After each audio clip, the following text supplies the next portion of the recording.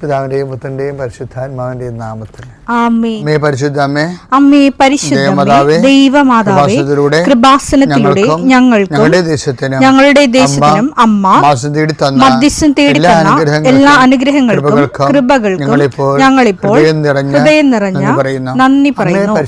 അമ്മേ പരിശുദ്ധമേ, ദൈവമാതാവേ, 2004 ഡിസംബർ 7 ഉച്ചകഴിഞ്ഞ് 2:30 കൃപാസനത്തിൽ സംഭവിച്ച അമ്മയുടെ പ്രത്യക്ഷപ്പെടലിനെ കുറിച്ച് തിരുസഭയ്ക്ക് സമർപ്പിച്ചിരിക്കുന്ന പഠനരേഖകളുടെ മേൽ സഭാത്മകമായ പഠനം ആരംഭിക്കുവാൻ ഞങ്ങൾ പ്രാർത്ഥിക്കുന്നു. അമ്മേ പരിശുദ്ധമേ, ഭൂസ്വർലോകങ്ങളുടെ രാജ്ഞിയായ അങ്ങേയ്ക്ക് ഭൗമസംരക്ഷണത്തിനായി പ്രപഞ്ചപ്രകൃതിയെ തന്നെ തിരുസഭ പ്രതിഷ്ഠിക്കുവാൻ ഈ പ്രത്യക്ഷീകരണം വഴി ഇടയാക്കണമേ. പരിശുദ്ധമേ, ജപമാല മാതാവേ, സകല കൃപാസനം പ്രാർത്ഥനയോടും ചേർത്ത് ഞങ്ങളിപ്പോൾ പ്രാർത്ഥിക്കുന്ന ഈ കുടുംബത്തിന്റെ പ്രത്യേക നിയോഗം പറ മക്കളെ.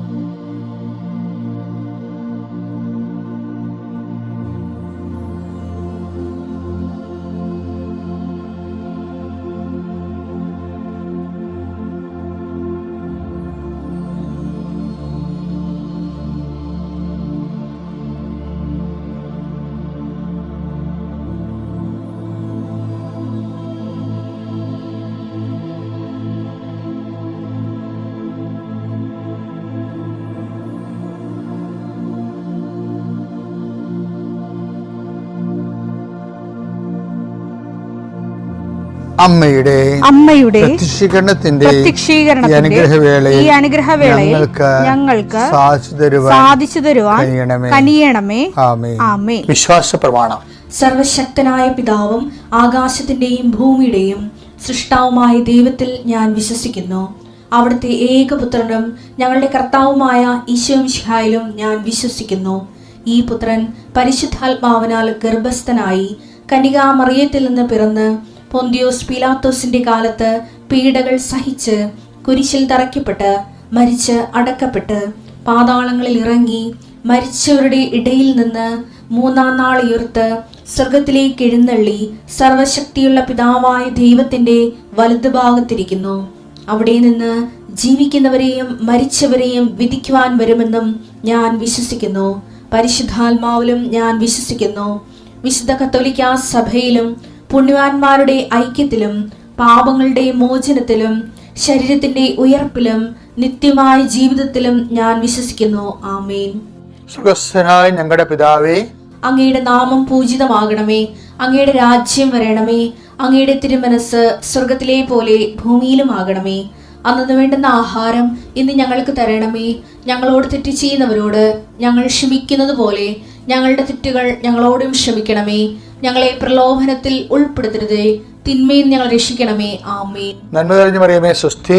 കർത്താവ് അങ്ങയുടെ കൂടെ സ്ത്രീകളിൽ അങ്ങ് അനുഗ്രഹിക്കപ്പെട്ടവളാകുന്നു. അങ്ങയുടെ ഉദരത്തിൻ ഫലമായി ഈശോ അനുഗ്രഹിക്കപ്പെട്ടവനാകുന്നു. പരിശുദ്ധ മറിയമേ, തമ്പുരാന്റെ അമ്മേ, പാപികളായ ഞങ്ങൾക്ക് വേണ്ടി ഇപ്പോഴും ഞങ്ങളുടെ മരണസമയത്തും തമ്പുരാനോട് അപേക്ഷിക്കണമേ. ആമേൻ. എന്റെ കർത്താവിന്റെ ഉന്നതമായ നാമത്തിൽ സഭയുടെ അധികാരത്തിൽ കുരിശിന്റെ അടയാളത്തിൽ ദൈവത്തിന്റെ ശക്തിയാൽ 39-40 വർഷം ഞാൻ അർപ്പിച്ച കൃപാനയുടെ യോഗ്യതയാൽ കൃപാസ്ഥാനത്താറെ ജീവനോടെ പ്രത്യക്ഷപ്പെട്ട പരിശുദ്ധ അമ്മയുടെ മാധ്യസ്ഥത്തിലെ ഞാൻ ഓരോ കുടുംബത്തെ ആശ്രയിച്ച് പ്രാർത്ഥിക്കുന്നു. ദൈവത്തിലെ നിന്റെ കയ്യിരിക്കുന്ന എല്ലാ വസ്തുക്കളുടെ പ്രമാണങ്ങൾ കയ്യിലുണ്ടെങ്കിൽ എടുക്കുക, സർട്ടിഫിക്കറ്റുകളുണ്ടെങ്കിൽ എടുക്കുക, എവിടെയെങ്കിലും കൊടുക്കാനുള്ള ആപ്ലിക്കേഷൻസ് ഉണ്ടെങ്കിൽ എടുക്കുക. ദൈവത്തിലെ നീ എവിടെയെങ്കിലും പോകുന്നുണ്ടെങ്കിൽ നിന്റെ പാസ്പോർട്ടോ വിസയുടെ കോപ്പിയോ എയർ ടിക്കറ്റോ എന്താണ് നിന്റെ കയ്യിലുള്ളത്, ഇപ്പം എടുക്കുക. ദൈവത്തിലെ എവിടെയെങ്കിലും കൊടുക്കാനുള്ള ആപ്ലിക്കേഷൻസ് ഉണ്ടെങ്കിൽ അത് എടുക്കുക. കൃപാസനം മാതാവിനെ കാണിച്ചുകൊണ്ട് പ്രാർത്ഥിക്കുക. ഞാനിപ്പോൾ നിന്നെ ആശ്രയിച്ച് പ്രാർത്ഥിക്കുക. കർത്താവേ, സിവിൽ പോയിന്റ് കുറഞ്ഞതിൻ്റെ പേര് ജോലി കിട്ടാത്തവരുണ്ട്, ജപ്തിയാകാൻ പോകുന്നവരുണ്ട്. ആ പത്രങ്ങളെല്ലാം രേഖകളെല്ലാം നിന്റെ നാമത്തിൽ ഞാൻ ആശീർവദിക്കാൻ പോവുകയാണ്. കർത്താവ്, രേഖകൾ കയ്യിലില്ല, പക്ഷെ മനസ്സിൽ ആ രേഖ ഓർത്ത് പ്രാർത്ഥിക്കുന്നുണ്ട്. ഇപ്പം എടുക്കാൻ പറ്റാത്ത ആ രേഖ എൻ്റെ കയ്യിൽ ഉണ്ടായിരുന്നെങ്കിൽ എന്ന് ആഗ്രഹിച്ച് വിഷമിക്കുന്നവരുണ്ട്. കർത്താവേ, ആ രേഖ എവിടെയാണ് ഇരിക്കണത്?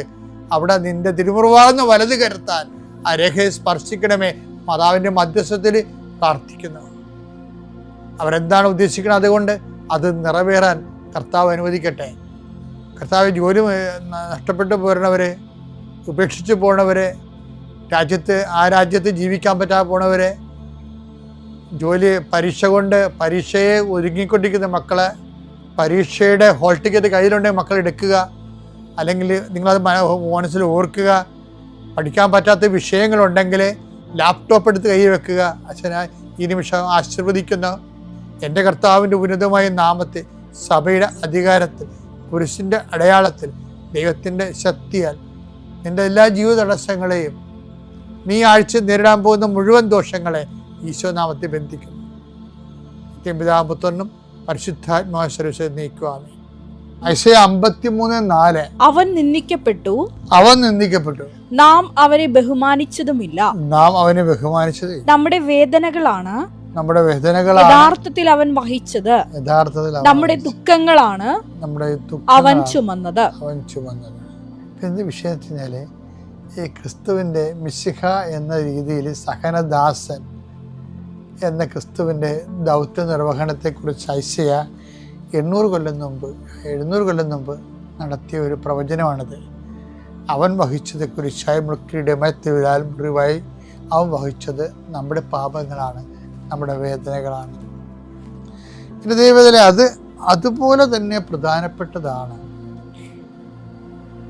നമ്മൾക്ക് ഇപ്പം എനിക്കാണെങ്കിൽ എൻ്റെ സമയത്ത് ഓർക്കുകയെ ആൾക്കാർ എന്നെക്കുറിച്ച് എന്നാ ധരിക്കും, എന്താണ് എപ്പോഴും രോഗശാന്തി എന്നും പറഞ്ഞ ആൾക്കാരെ നിൽക്കുന്നുണ്ട്. എല്ലാവരെയും കർത്താവിൻ്റെ നാമത്തിൽ പ്രാർത്ഥിക്കുന്നുണ്ട്. അതുപോലെ തന്നെ എല്ലാവർക്കും വേണ്ടി പ്രാർത്ഥിക്കുകയും കുറേ പേര് അതിൽ അവരുടെ വിശ്വാസബോധം അനുസരിച്ചും ദൈവത്തിൻ്റെ ഇടപെടലനുസരിച്ചും ഒക്കെ സൗഖ്യപ്പെടുകയും ചെയ്യുന്നുണ്ട്. അത് സാക്ഷ്യം പറയുന്നുണ്ട്. പക്ഷേ എനിക്കാണെങ്കിൽ രോഗം ഒതുങ്ങിയിട്ട് നേരമില്ല, ഞാൻ പ്രാർത്ഥിച്ചു കഴിഞ്ഞിട്ടാണ്. അപ്പോൾ എൻ്റെ വിഷയം എന്ന് പറയുന്നത്, അവൻ്റെ മുറിവിലാണ് നമ്മൾ സൗഖ്യപ്പെട്ടെന്ന് പറയത്തില്ലേ. അവൻ്റെ മുറിവിൽ അതൊരു വചനമാണ്.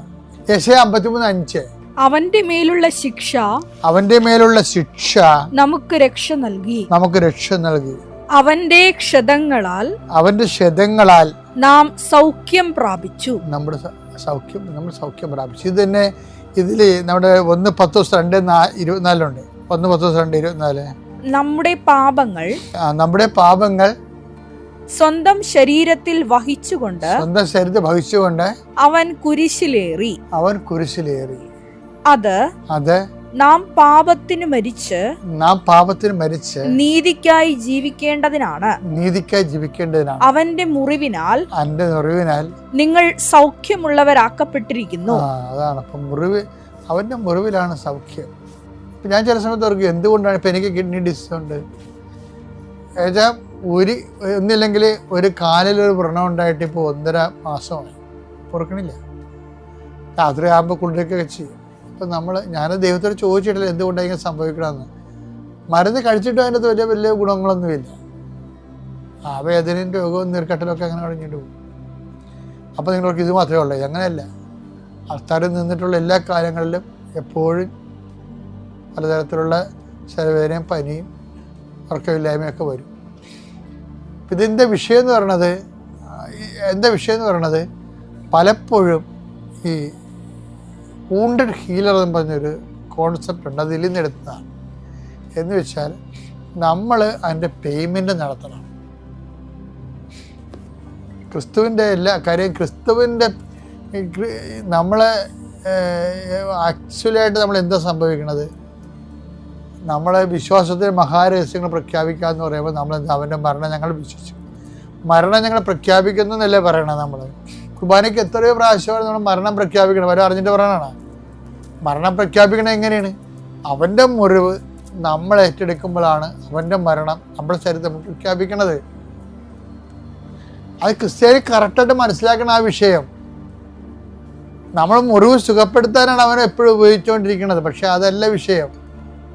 പിന്നെ ഒരു കുറച്ചും കൂടി മച്ചുവറായി കഴിയുമ്പോൾ, വിശ്വാസം മച്ചുവറായി കഴിയുമ്പോൾ വേറെ ഒരു തിരിച്ചു വരുന്നത് എന്താണ്?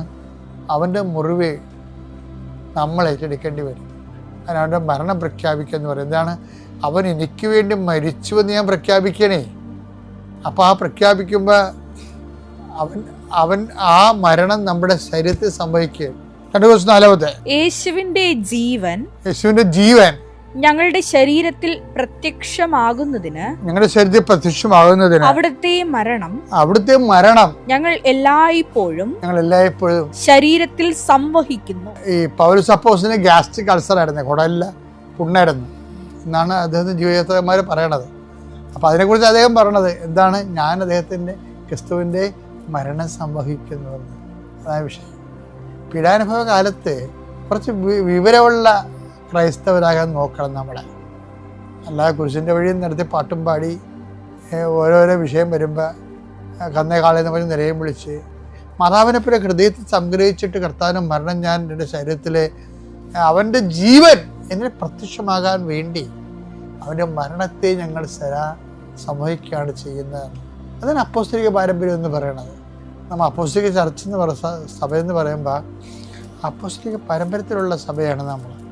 അതുകൊണ്ട് തന്നെ ദൈവം എനിക്കങ്ങനെ വന്ന് വരുത്തിയല്ലോ, ഞാൻ പ്രാർത്ഥിച്ചില്ലേ, എന്നിട്ടെനിക്ക് ഇങ്ങനെ സംഭവിച്ചല്ലോ, എന്നിട്ട് എനിക്ക് അപകടം സംഭവിച്ചല്ലോ എന്ന് അങ്ങനെയൊന്നും പറഞ്ഞ് ഓരോ ദൈവത്തിനെ പ്രതികൂട്ടിലാക്കാൻ നോക്കരുത് ഒരിക്കലും.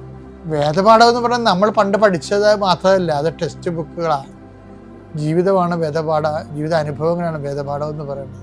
അതിൽ എല്ലാ കാലവും മാതാവിന് എല്ലാ അനുഭവങ്ങളും ഹൃദയത്തിൽ സംഗ്രഹിക്കാനുള്ളതാണെങ്കിലും നമുക്കും എല്ലാ അനുഭവങ്ങളും ക്രിസ്തുവിൻ്റെ പീഡാനുഭവങ്ങളെ ഏറ്റെടുത്ത് പ്രഘോഷിക്കാനും പ്രഖ്യാപിക്കാനും അതുവഴി ക്രിസ്തുവിൻ്റെ ജീവൻ നമ്മൾ പ്രകടമാകാൻ വേണ്ടി ദൈവത്തിൻ്റെ 10 ഭാഗമായിട്ട് സ്വീകരിക്കാം. പിതാവിൻ്റെയും പുത്രൻ്റെയും പരിശുദ്ധാത്മാവിൻ്റെയും നാമത്തിൽ. ഈശോയ്ക്കും പരിശുദ്ധ അമ്മയ്ക്കും കോടാനുകോടി നന്ദി പറയുന്നു. അമ്മ പ്രത്യക്ഷപ്പെട്ട ഈ പുണ്യഭൂമിയിൽ വന്ന് സാക്ഷ്യം പറയാൻ എന്നെ അനുവദിച്ച ഈശോയ്ക്കും പരിശുദ്ധ അമ്മയ്ക്കും കോടാനുകോടി നന്ദി പറയുന്നു. എൻ്റെ പേര് മിനി. ഞാൻ തൃശ്ശൂർ ജില്ലയിലെ മറ്റം ഇടവകയിൽ നിന്നാണ് വരുന്നത്. ഞാനിവിടെ ഉടമ്പടി എടുക്കാൻ വന്നത് ഡിസംബർ 2022 ഡിസംബർ 17 വരാനുണ്ടായ സാഹചര്യം, എൻ്റെ മകളുടെ വിവാഹത്തിന് ഫോട്ടോ എടുക്കാൻ വന്ന ഫോട്ടോഗ്രാഫറാണ് എന്നോട് ഈ കൃപാസനത്തെക്കുറിച്ച് പറയുന്നത്. പറയാനുണ്ടായ കാരണം, ഞാനിങ്ങനെ ഓരോ ദിവസം കഴിയുന്തോറും ക്ഷീണിച്ച് വരികയാണ്. അപ്പോൾ ആ ചേട്ടൻ ഒരു ദിവസം കണ്ടപ്പോൾ എന്നോട് ചോദിച്ചു, എന്തെങ്ങനെ ക്ഷീണിച്ച് വരണേന്ന് ചോദിച്ചു. അപ്പോൾ ഞാൻ പറഞ്ഞു, എനിക്ക് കുറച്ച് അസുഖങ്ങളൊക്കെ ഉണ്ട്, അതുകൊണ്ടാണ് ഇങ്ങനെ ക്ഷീണിച്ച് വരണേന്ന് പറഞ്ഞു. അപ്പോൾ എൻ്റെ അസുഖത്തിൻ്റെ കാരണങ്ങൾ ചോദിച്ചപ്പോൾ ഞാൻ പറഞ്ഞു, ഡിസ്ക് കംപ്ലൈൻ്റ് ആയിട്ട് 22 വർഷമായിട്ടുണ്ട് ഞാൻ മരുന്ന് കഴിക്കാൻ തുടങ്ങിയിട്ട്. അപ്പോൾ ഇപ്പോൾ ഓപ്പറേഷൻ ചെയ്യണമെന്നാണ് പറഞ്ഞേക്കണേന്ന് പറഞ്ഞു. അപ്പോൾ ആ ചേട്ടൻ പറഞ്ഞു, മോളെ നീ പോയി കൃപാസനത്തിൽ പോയി ഉടമ്പടി എടുത്ത് പ്രാർത്ഥിക്ക്, അതിന് ശേഷം നീ അതൊക്കെ തീരുമാനിച്ചാൽ മതി, ഇപ്പം നീ ഓപ്പറേഷനൊന്നും ചെയ്യാൻ പോകണ്ട എന്ന് എൻ്റെ അടുത്ത് പറഞ്ഞു. ഞാനത് കേട്ടു. അങ്ങനെ ഞാൻ എത്രയും പെട്ടെന്ന് കൃപാസനത്തിലേക്ക് വന്നു. ഇവിടെ വന്ന് ഞാൻ ഉടമ്പടി എടുത്ത് പ്രാർത്ഥിച്ചു. ഏകദേശം ഒരു 2 മാസമൊക്കെ കഴിഞ്ഞപ്പോൾ മുതൽ എനിക്ക് ഡിസ്കിൻ്റെ കംപ്ലൈൻറ്റ് ഉണ്ടായിട്ടില്ല. ഞാൻ എല്ലാ ദിവസവും വിശുദ്ധ വസ്തുക്കൾ ഉപയോഗിച്ച് പ്രാർത്ഥിക്കുന്നുണ്ടായിരുന്നു. തൃശ്ശൂർ മെഡിക്കൽ കോളേജിൽ ഹോസ്പിറ്റലിൽ ഡോക്ടർ എൻ്റെ അടുത്ത് ഓപ്പറേഷൻ്റെ ഡേറ്റ് തീരുമാനിച്ചിട്ട് പോയാൽ മതി ഇവിടെ നിന്ന് എന്ന് പറഞ്ഞിട്ടാണ് എന്നെ പറഞ്ഞയച്ചത്. ഞാൻ ഇവിടെ വന്ന് പ്രാർത്ഥിച്ച് ഉടമ്പടിയുടെ വിശുദ്ധ വസ്തുക്കൾ ഉപയോഗിച്ച് പ്രാർത്ഥിച്ചതിൻ്റെ ഫലമായിട്ട് തന്നെയാണ് എനിക്ക് എൻ്റെ ആ ഡിസ്ക് കംപ്ലൈൻറ്റ് പൂർണ്ണമായും മാറിയതെന്ന് എനിക്ക് പൂർണ്ണ വിശ്വാസമുണ്ട്. അതുപോലെ തന്നെ ഞാൻ 5 വർഷമായിട്ട് എനിക്ക് എന്നും വയറുവേദന, ഭക്ഷണം കഴിക്കാനും പറ്റില്ല, ഭക്ഷണം കഴിക്കുന്നതിന് മുമ്പും വയറുവേദന, ഭക്ഷണത്തെ കഴിച്ചു കഴിഞ്ഞാലും വയറുവേദന, അങ്ങനെ ഒത്തിരി ബുദ്ധിമുട്ടുണ്ടായിരുന്നു. അപ്പോൾ ഇവിടെ വന്ന ഉടമ്പടിയിൽ ഞാൻ ആ നിയോഗം കൂടിയും വെച്ചിട്ടുണ്ടായിരുന്നു. അതും വിശുദ്ധ വസ്തുക്കൾ ഉപയോഗിച്ച് പ്രാർത്ഥിച്ചതിൻ്റെ ഫലമായിട്ടാണ് ഇതുവരെ ഞാൻ അൾസറിൻ്റെ ഗുളികകൾ പിന്നെ കഴിച്ചിട്ടില്ല. 3 വർഷമായിട്ട് ഞാനിപ്പോൾ അൾസറിൻ്റെ ഗുളികയൊന്നും കഴിക്കുന്നുണ്ടായിരുന്നില്ല. ഡിസ്ക് കംപ്ലൈൻറ്റിൻ്റെ ഗുളിയും അൾസറിൻ്റെ ഗുളികയ്ക്കൊക്കെ കൂടി ഏകദേശം ഒരു മാസം 16,000 രൂപയോളം ചിലവ് വരുന്നുണ്ടായിരുന്നു. അതൊക്കെ കഴിച്ച് കഴിഞ്ഞ് കഴിഞ്ഞിട്ടുണ്ടെങ്കിൽ എനിക്ക് ഒത്തിരി ക്ഷീണമാണ്, ജോലിക്കൊന്നും പോകാൻ പറ്റില്ല, എപ്പോഴും തളർച്ചയൊക്കെ ആയിരുന്നു. ഇവിടെ വന്ന് പ്രാർത്ഥിച്ചതിൻ്റെ ഫലമായി, ഉടമ്പടി വസ്തുക്കൾ ഉപയോഗിച്ചതിൻ്റെ ഫലമായി ഇപ്പോൾ ഞാൻ 3 വർഷമായിട്ട് അൾസറിൻ്റെ ഗുളിക പൂർണ്ണമായും നിർത്തി. പിന്നെ ഞാൻ ഇതുവരെ ഹോസ്പിറ്റലിലേക്ക് ആ പേരും പറഞ്ഞ് ഞാൻ പോയിട്ടുമില്ല. പിന്നെ ഇവിടെ ഞാൻ ഡിസംബർ 17-ാം തീയതി ഇവിടെ വന്ന് ഉടമ്പടി എടുത്ത് പ്രാർത്ഥിച്ചു ആദ്യമായിട്ട്. അത് കഴിഞ്ഞ് ഞാൻ ആ ആഴ്ചയിൽ തന്നെ ഡിസംബർ 24-ാം തീയതി എൻ്റെ അമ്മയും എൻ്റെ മകനും കൂടി ബൈക്കിൽ പോകുമ്പോൾ ഒരു ആക്സിഡൻറ്റ് പറ്റി. എൻ്റെ അമ്മയ്ക്ക് ഒരു ആക്സിഡൻറ്റ് പറ്റി, ഹോസ്പിറ്റലിലായി. ആ സമയത്ത് എൻ്റെ കയ്യിലൊരു 10 പൈസ പോലും ഉണ്ടായിരുന്നില്ല എടുക്കാനായിട്ട്. അവർ തൃശ്ശൂർ ദയ ഹോസ്പിറ്റലിലാണ് കൊണ്ടുപോയിട്ടുണ്ടായിരുന്നത്. അപ്പോൾ എൻ്റെ മോൻ വിളിച്ച് പറഞ്ഞു. ആ സമയത്ത് പിറ്റേ ദിവസം ക്രിസ്തുമസാണ്. എൻ്റെ മകളുടെ കല്യാണം കഴിഞ്ഞിട്ട് മകളും മരുമകനൊക്കെ വീട്ടിലേക്ക് വരും. വീട്ടിലൊരു സാധനം വാങ്ങിക്കാൻ പോലും എൻ്റെ കയ്യിൽ പൈസ ഇല്ലാതെ ഞാൻ വിഷമിച്ചിരിക്കുകയായിരുന്നു. ആ സമയത്താണ് എൻ്റെ മകൻ എന്നെ വിളിച്ച് പറയണത്, അമ്മേ ഇങ്ങനെ ആക്സിഡൻറ്റ് പറ്റി, അമ്മച്ചി വണ്ടിയിൽ വന്ന് വീണു, അമ്മച്ചിക്ക് തലയിൽ ചോരയൊക്കെ വരുന്നുണ്ട്, ഹോസ്പിറ്റലിൽ ദയ ഹോസ്പിറ്റലിലാണ് ചേട്ടന്മാരൊക്കെ കൂടി കൊണ്ടുപോയി കണതെന്ന്. എനിക്ക് എന്താ ചെയ്യേണ്ടതെന്ന് ഒരു പിടിയുണ്ടായിരുന്നില്ല. കാരണം നാളെ ക്രിസ്തുമസിന് വീട്ടിൽ എന്തെങ്കിലും ചെയ്യാൻ പോലും ഒരു 10 പൈസ ഇല്ലാണ്ട് വിഷമിച്ചിട്ട് ഞാൻ ഇരിക്കുന്ന സമയത്താണ് ഈ വാർത്ത ഞാൻ കേൾക്കണത്. അപ്പം ഞാൻ എൻ്റെ ബാഗിൽ ഉടമ്പടിയുടെ കാശ് രൂപ ഉണ്ടായിരുന്നു. ആ കാശ് രൂപ എടുത്തിട്ട് ഞാൻ മുറുക്കെ കെട്ടിപ്പിടിച്ച് ഞാൻ കരഞ്ഞു. ഞാൻ പറഞ്ഞു, ഞാൻ എങ്ങനെയാണ് ദയ ഹോസ്പിറ്റലിലേക്ക് പോവുക? ഒറ്റ രൂപ പോലും ഇല്ലാണ്ട് ഞാൻ അവിടെ പോയിട്ട് എന്ത് ചെയ്യാനാ? എനിക്ക് എന്താ ചെയ്യാമെന്നൊരു പിടിയുണ്ടായിരുന്നില്ല. അമ്മേ, നീ എനിക്കൊരു വഴി കാണിച്ചു തരണം എന്ന് പറഞ്ഞ് ഞാൻ പ്രാർത്ഥിച്ചു. അമ്മയുടെ അടുത്ത് വന്ന് ഉടമ്പടി എടുത്ത് പ്രാർത്ഥിച്ച് ഏകദേശം 10 ദിവസം പോലും ആയിട്ടില്ല. അപ്പോഴേക്കും എനിക്കിതാണോ കിട്ടിയത് എന്ന് ഞാൻ പറഞ്ഞു. അതും കഴിഞ്ഞ് ഞാൻ അവിടെ നിന്ന് എൻ്റെ കയ്യിലുണ്ടായിരുന്നത് ഈ ഉടമ്പടിയുടെ കാശ് രൂപ മാത്രമാണ്. അതും കൈ പിടിച്ചിട്ട് ഞാൻ നേരെ ഹോസ്പിറ്റലിലേക്ക് പോയി. ആ പോകുന്ന വഴികളിൽ ഞാൻ എന്ത് ചെയ്യണം പൈസയ്ക്ക് വേണ്ടിയിട്ടെന്ന് ഞാനിങ്ങനെ ആലോചിച്ചു. അപ്പോൾ എൻ്റെ ഒരു ഫ്രണ്ടിനെ കാര്യം എനിക്ക് ഓർമ്മ വന്നു. അവരോട് ചോദിച്ചിട്ട് അവരൊരു വള പണയം വെച്ചിട്ട് എനിക്ക് പൈസ തന്നു. ആ പൈസ കൊണ്ടുവന്ന് ഞാൻ ഹോസ്പിറ്റലിലേക്ക് വന്നു. അവിടെ വന്നു. അപ്പോൾ എനിക്ക് ഞാൻ ഹോസ്പിറ്റലിലേക്ക് എത്തി. അതിൻ്റെ പിന്നാലെ തന്നെ പൈസയായിട്ട് വേറെ ആൾക്കാർ വന്നു. അങ്ങനെ എൻ്റെ കുറച്ച് പൈസ എൻ്റെ കയ്യിൽ കിട്ടി. എൻ്റെ ബാഗിൽ ഉടമ്പടി തൈലം എൻ്റെ കയ്യിലുണ്ടായിരുന്നു. ഞാൻ ചെല്ലുമ്പോൾ അമ്മച്ചീനെ സ്കാൻ ചെയ്യാനായിട്ട് ലിഫ്റ്റിൽ കയറ്റുന്ന സമയത്താണ് ഞാൻ അവിടെ കയറി ചെല്ലുന്നത്. ലിഫ്റ്റിൽ ഞാനും ഓടി കയറി വേഗം ഉടമ്പടിയുടെ തൈലം എടുത്തിട്ട് കുരിശ് വരച്ചു. അമ്മച്ചീനെ നന്നായിട്ട് പ്രാർത്ഥിച്ചു. അങ്ങനെ സോഡിയം കുറഞ്ഞ് ഒരുപാട് പ്രശ്നങ്ങളൊക്കെ ഉണ്ടായി. അങ്ങനെ കുറച്ച് ദിവസം ഞാൻ ഡെയിലി മെഴുകുതിരി കത്തിച്ച്, ഹോസ്പിറ്റലിലാണെങ്കിലും ഞാൻ മെഴുകുതിരി കത്തിച്ച് പ്രാർത്ഥിക്കുന്നുണ്ടായിരുന്നു. ഉടമ്പടി തൈലം ഉപയോഗിച്ച് അമ്മച്ചിക്ക് പ്രാർത്ഥിക്കുന്നുണ്ടായിരുന്നു. അതിൻ്റെ ഫലമായിട്ട് അമ്മച്ചി പൂർണ്ണമായും സൗഖ്യപ്പെട്ടു. പിന്നെ ഇപ്പോൾ 2 മാസം മുന്നേ ഞാനൊരു ധനകാര്യ സ്ഥാപനത്തിലാണ് വർക്ക് ചെയ്യുന്നത്. അവിടുത്തെ ഒരു വ്യക്തി 14 ലക്ഷത്തിൻ്റെ മുക്കുപണ്ടം പണയം വെച്ച് ഒരു കേസുണ്ടായി. അതിൽ 11 ലക്ഷം എനിക്ക് തന്നു എന്ന് പറഞ്ഞ് ഒരുപാട് പ്രശ്നങ്ങളൊക്കെ ഉണ്ടായി. ഞാനത് ഒത്തിരിയേറെ വിഷമിച്ചു. ഒരു 2 മാസക്കാലം എനിക്ക് ഭക്ഷണം കഴിക്കാൻ പറ്റുന്നുണ്ടായിരുന്നില്ല. അതുപോലെ എനിക്കൊന്നിനും പറ്റുന്നുണ്ടായിരുന്നില്ല. ഞാനാകെ തളർന്നു പോയ അവസ്ഥയിലായിരുന്നു. എൻ്റെ നിരപരാധിത്വം ഞാൻ എങ്ങനെ തെളിയിക്കുമെന്ന് എനിക്ക് അറിയുന്നുണ്ടായിരുന്നില്ല. അങ്ങനെ ആ വ്യക്തി എനിക്ക് വാട്സപ്പിൽ കുറേ അനാവശ്യങ്ങളും നുണക്കഥകളും കുറേ വാട്സപ്പിൽ അയച്ചു. അതൊക്കെ കണ്ട് ഞാൻ ആകെ തളർന്നു. അമ്മയോട് ഞാൻ പറഞ്ഞു, പരിശുദ്ധ അമ്മേ, ഞാൻ ഉടമ്പടിയിലാണ്, ഉടമ്പടി എടുത്ത് പ്രാർത്ഥിച്ചുകൊണ്ടിരിക്കുകയാണ്. ഓരോ ദിവസവും എനിക്കിങ്ങനെ ഓരോരോ കാര്യങ്ങൾ വരുമ്പോൾ അത് പിടിച്ചു നിൽക്കാനുള്ള ശക്തി പരിശുദ്ധ അമ്മേ നീ തന്നെ എനിക്ക് തരണമെന്ന് ഞാൻ പറഞ്ഞ് പ്രാർത്ഥിച്ചു. അവൾ കുറേ മെസ്സേജ് അയച്ചപ്പോൾ അതിനൊരൊറ്റ മറുപടി മാത്രമേ ഞാൻ കൊടുത്തുള്ളൂ വാട്സപ്പിൽ. ഞാൻ ഉടമ്പടി എടുത്തിട്ട് ഞാൻ പ്രാർത്ഥിക്കുന്നുണ്ട്, എൻ്റെ കർത്താവും എൻ്റെ മാതാവും എനിക്ക് വേണ്ടി ചെയ്തോ, എന്താണെങ്കിൽ ചെയ്തോളൂ എന്ന് മാത്രം ഞാൻ അവളുടെ അടുത്ത് മറുപടി പറഞ്ഞോളൂ. അങ്ങനെ ഒരുവിധം എല്ലാ സ്ഥലത്തും അവൾ എന്നെ നാണം കെടുത്തി. അത് കഴിഞ്ഞ് കുറച്ച് ദിവസം കഴിഞ്ഞപ്പോൾ ഈ ജനുവരി 28-ാം തീയതി ഞങ്ങളുടെ ഏരിയ ഹെഡ് എന്നെ വിളിച്ചിട്ട് പറഞ്ഞു, ഇന്ന് 2 മണിക്ക് പോലീസ് സ്റ്റേഷനിലേക്ക് വരണം, എല്ലാവരും അവിടെ വരും, അവിടെ വെച്ചിട്ട് നമുക്ക് കാര്യങ്ങളൊക്കെ തീരുമാനിക്കാമെന്ന് പറഞ്ഞു. അത് കേട്ടപ്പോൾ ആദ്യമായിട്ടാണ് പോലീസ് സ്റ്റേഷനിൽ കയറാമെന്നൊക്കെ പറയുമ്പോൾ എനിക്ക് ഒത്തിരി പേടിയായിരുന്നു. ഞാനെന്ത് ചെയ്തു, അവിടെ നിന്ന് 12 മണിക്ക് സാർ അത് പറഞ്ഞ വശം ഞാൻ വേഗം എൻ്റെ ഓഫീസിൽ നിന്ന് വന്നു, നേരെ വീട്ടിൽ വന്നു, ഒന്ന് കുളിച്ചു, കൃപാസനത്തിൻ്റെ പ്രത്യക്ഷീകരണ പ്രാർത്ഥന ചൊല്ലി പ്രാർത്ഥിച്ചു, വിശ്വാസ പ്രമാണം ചൊല്ലി പ്രാർത്ഥിച്ചു. മാതാവിൻ്റെ ചെറിയൊരു രൂപം ഞാൻ ഇവിടുന്ന് വാങ്ങിച്ചു കൊണ്ടുപോയിട്ടുണ്ടായിരുന്നു. അത് കെട്ടിപ്പിടിച്ച് ഞാൻ കുറേ കരഞ്ഞിട്ട് ഞാൻ മാതാവിനോട് പറഞ്ഞു, എൻ്റെ അമ്മേ, എനിക്ക് അവിടെ എൻ്റെ അമ്മ എൻ്റെ കൂടെ ഉണ്ട് എന്നുള്ള എൻ്റെ ഒരു അടയാളം എനിക്ക് അവിടെ കാണിച്ചു തരണം. എനിക്ക് എന്ത് പറഞ്ഞിട്ടാണ് ഞാൻ അവിടെ രക്ഷപ്പെടാമെന്നൊന്നും എനിക്കറിയില്ല, എനിക്ക് എന്താ പറയേണ്ടതെന്ന് അറിയില്ല. അതുപോലെയുള്ള കാര്യങ്ങളാണ് ആ കുട്ടി പറയണത്. എനിക്ക് അതിനെ മറികടന്ന് പറയാനൊന്നുമുള്ള കഴിവൊന്നും എനിക്കില്ല. എൻ്റെ അമ്മ എൻ്റെ കൂടെ വരണം, എനിക്ക് വേറെ ആരുമില്ല എൻ്റെ കൂടെ വരാനായിട്ട്. എനിക്ക് വേണ്ടത് അമ്മ ചെയ്തു തരണം, ഈശോയെ നീ ചെയ്തു തരണം എന്ന് പറഞ്ഞ് അമ്മയുടെ ഈ രൂപം പിടിച്ച് ഞാൻ കുറേ കരഞ്ഞിട്ടാണ് ഞാൻ അവിടുന്ന് പോലീസ് സ്റ്റേഷനിലേക്ക് പോയത്. അവിടെ ചെന്ന് CI എല്ലാവരുടെ അടുത്തും എല്ലാ കാര്യങ്ങളും ചോദിച്ചു. അങ്ങനെ എല്ലാം സംസാരം എല്ലാം കഴിഞ്ഞ് കഴിഞ്ഞപ്പോൾ ഞാനാണെങ്കിൽ വിറച്ചാണ് അങ്ങോട്ട് പോണത്. എൻ്റെ കയ്യിൽ ഉടമ്പടിയുടെ കാശുരൂപം ഉണ്ടായിരുന്നു. ആ കാശുരൂപം ഞാനിങ്ങനെ തളർന്ന് പോവാമെന്ന് എനിക്ക് തോന്നുമ്പോഴൊക്കെ ഞാൻ ഈ ഉടമ്പടിയുടെ കാശുരൂപം ഞാനിങ്ങനെ മുറുക്കി പിടിച്ച് ഞാൻ കരയായിരുന്നു. അത് കഴിഞ്ഞ് ഞാൻ പോലീസ് സ്റ്റേഷൻ്റെ മുറ്റത്തെത്തിയപ്പോൾ എൻ്റെ കയ്യിൽ ഉപ്പുണ്ടായിരുന്നു. ആ ഉപ്പെടുത്തിട്ട് ഞാൻ വിശ്വാസ പ്രമാണം ചൊല്ലിയിട്ട് ഞാൻ നിൽക്കുന്നിടത്തിട്ടു.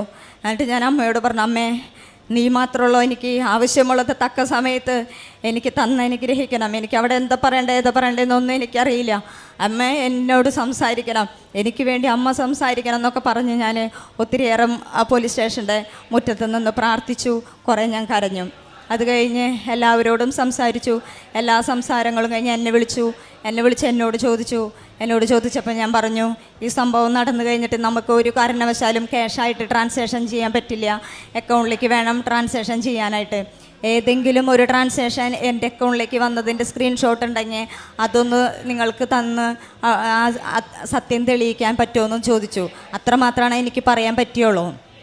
അപ്പോൾ CI അവരോട് ചോദിച്ചു, നിങ്ങൾക്ക് ഇവർ പറയണത് പോലെ എന്തെങ്കിലും ഇതിൻ്റെ തെളിവായിട്ട് നിങ്ങളുടെ കയ്യിൽ എന്തെങ്കിലും ഉണ്ടോ അവർക്ക് കൊടുത്തതിൻ്റെ ചോദിച്ചു. അപ്പോൾ അവർക്കത് സത്യം തെളിയിക്കാൻ പറ്റിയില്ല, തെളിവായിട്ട് അവർക്കൊന്നും കൊടുക്കാൻ പറ്റിയില്ല.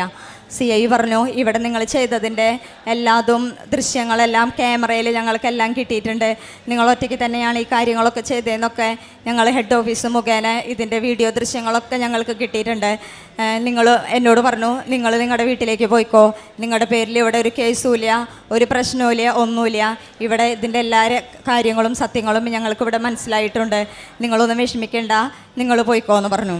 എനിക്ക് അതിൽ നിന്ന് മനസ്സിലായി, എൻ്റെ അമ്മ പരിശുദ്ധ അമ്മ അവിടെ ആവശ്യമായത് തക്ക സമയത്ത് എനിക്ക് അനുഗ്രഹിച്ചു എന്നുള്ളത്. ഞാൻ അന്നൊരു പ്രതിജ്ഞ എടുത്തു, എൻ്റെ മരണം വരെ ഈശോയോടും പരിശുദ്ധ അമ്മയോടും ഈശോയുടെ വചനമനുസരിച്ച് ഈശോയുടെ ഇഷ്ടമനുസരിച്ച് മാത്രമേ ഞാൻ ജീവിക്കുള്ളൂ.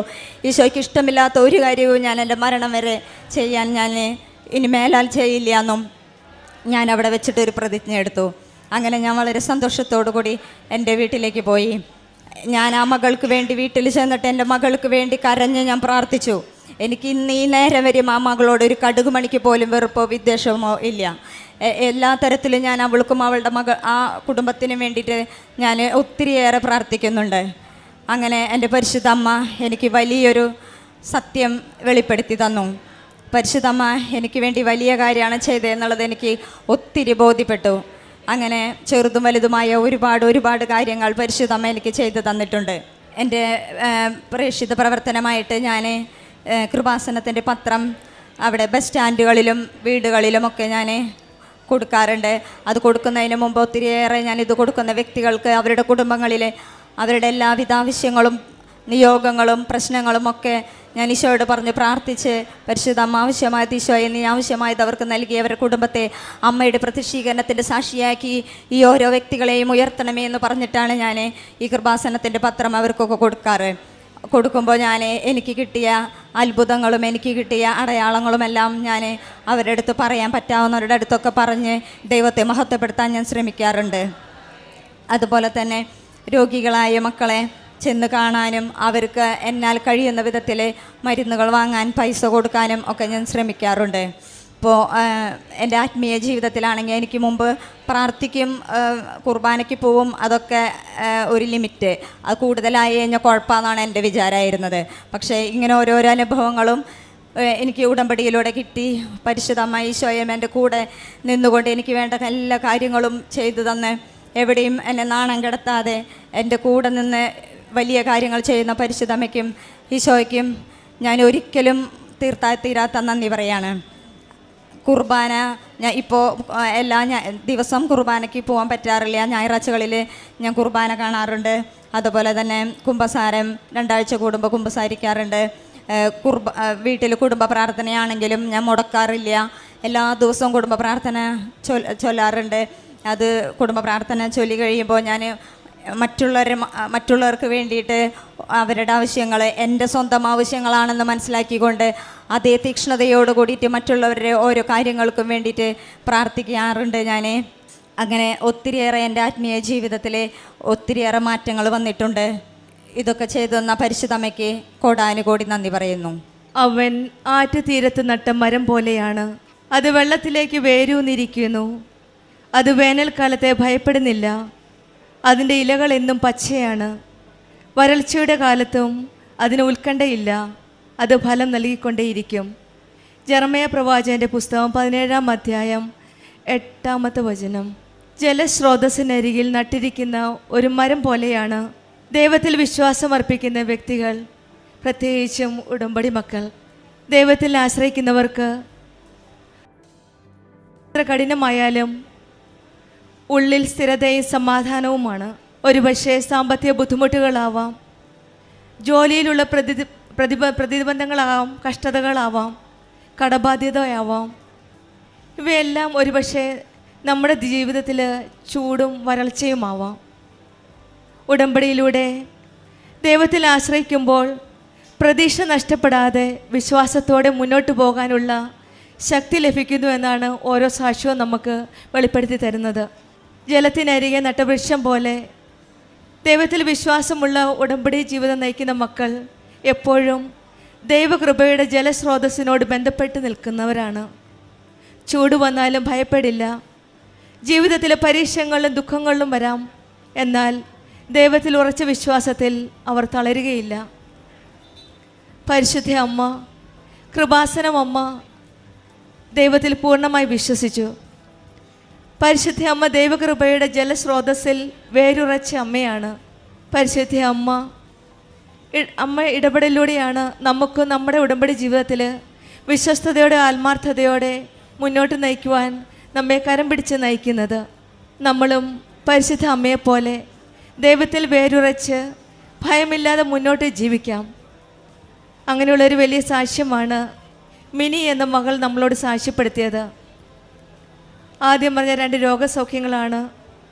22 വർഷം നീണ്ടു നിന്ന ഡിസ്ക് കംപ്ലൈൻറ്റും 5 വർഷം നീണ്ടു നിന്ന അൾസർ എന്ന രോഗവുമാണ്.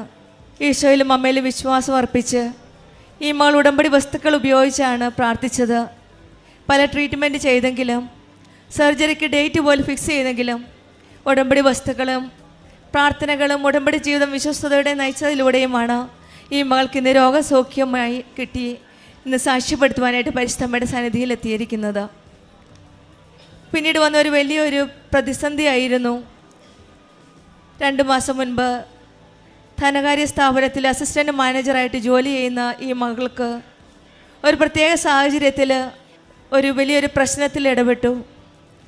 എന്ത് ചെയ്യണമെന്നറിയില്ലാതെ വിഷമിച്ച സമയത്ത് ഏകദേശം 11 ലക്ഷത്തോളം രൂപയാണ് ഈ മകൾക്ക് അടയ്ക്കേണ്ടി വരേണ്ടതായിട്ട് വന്നത്. പക്ഷെങ്കിൽ അവിടെയും ഈ മകൾ വിശ്വാസത്തോടെ അമ്മയുടെ കരങ്ങൾ മുറുക്കെ പിടിച്ച് ഈശോയോട് പ്രാർത്ഥിച്ചു.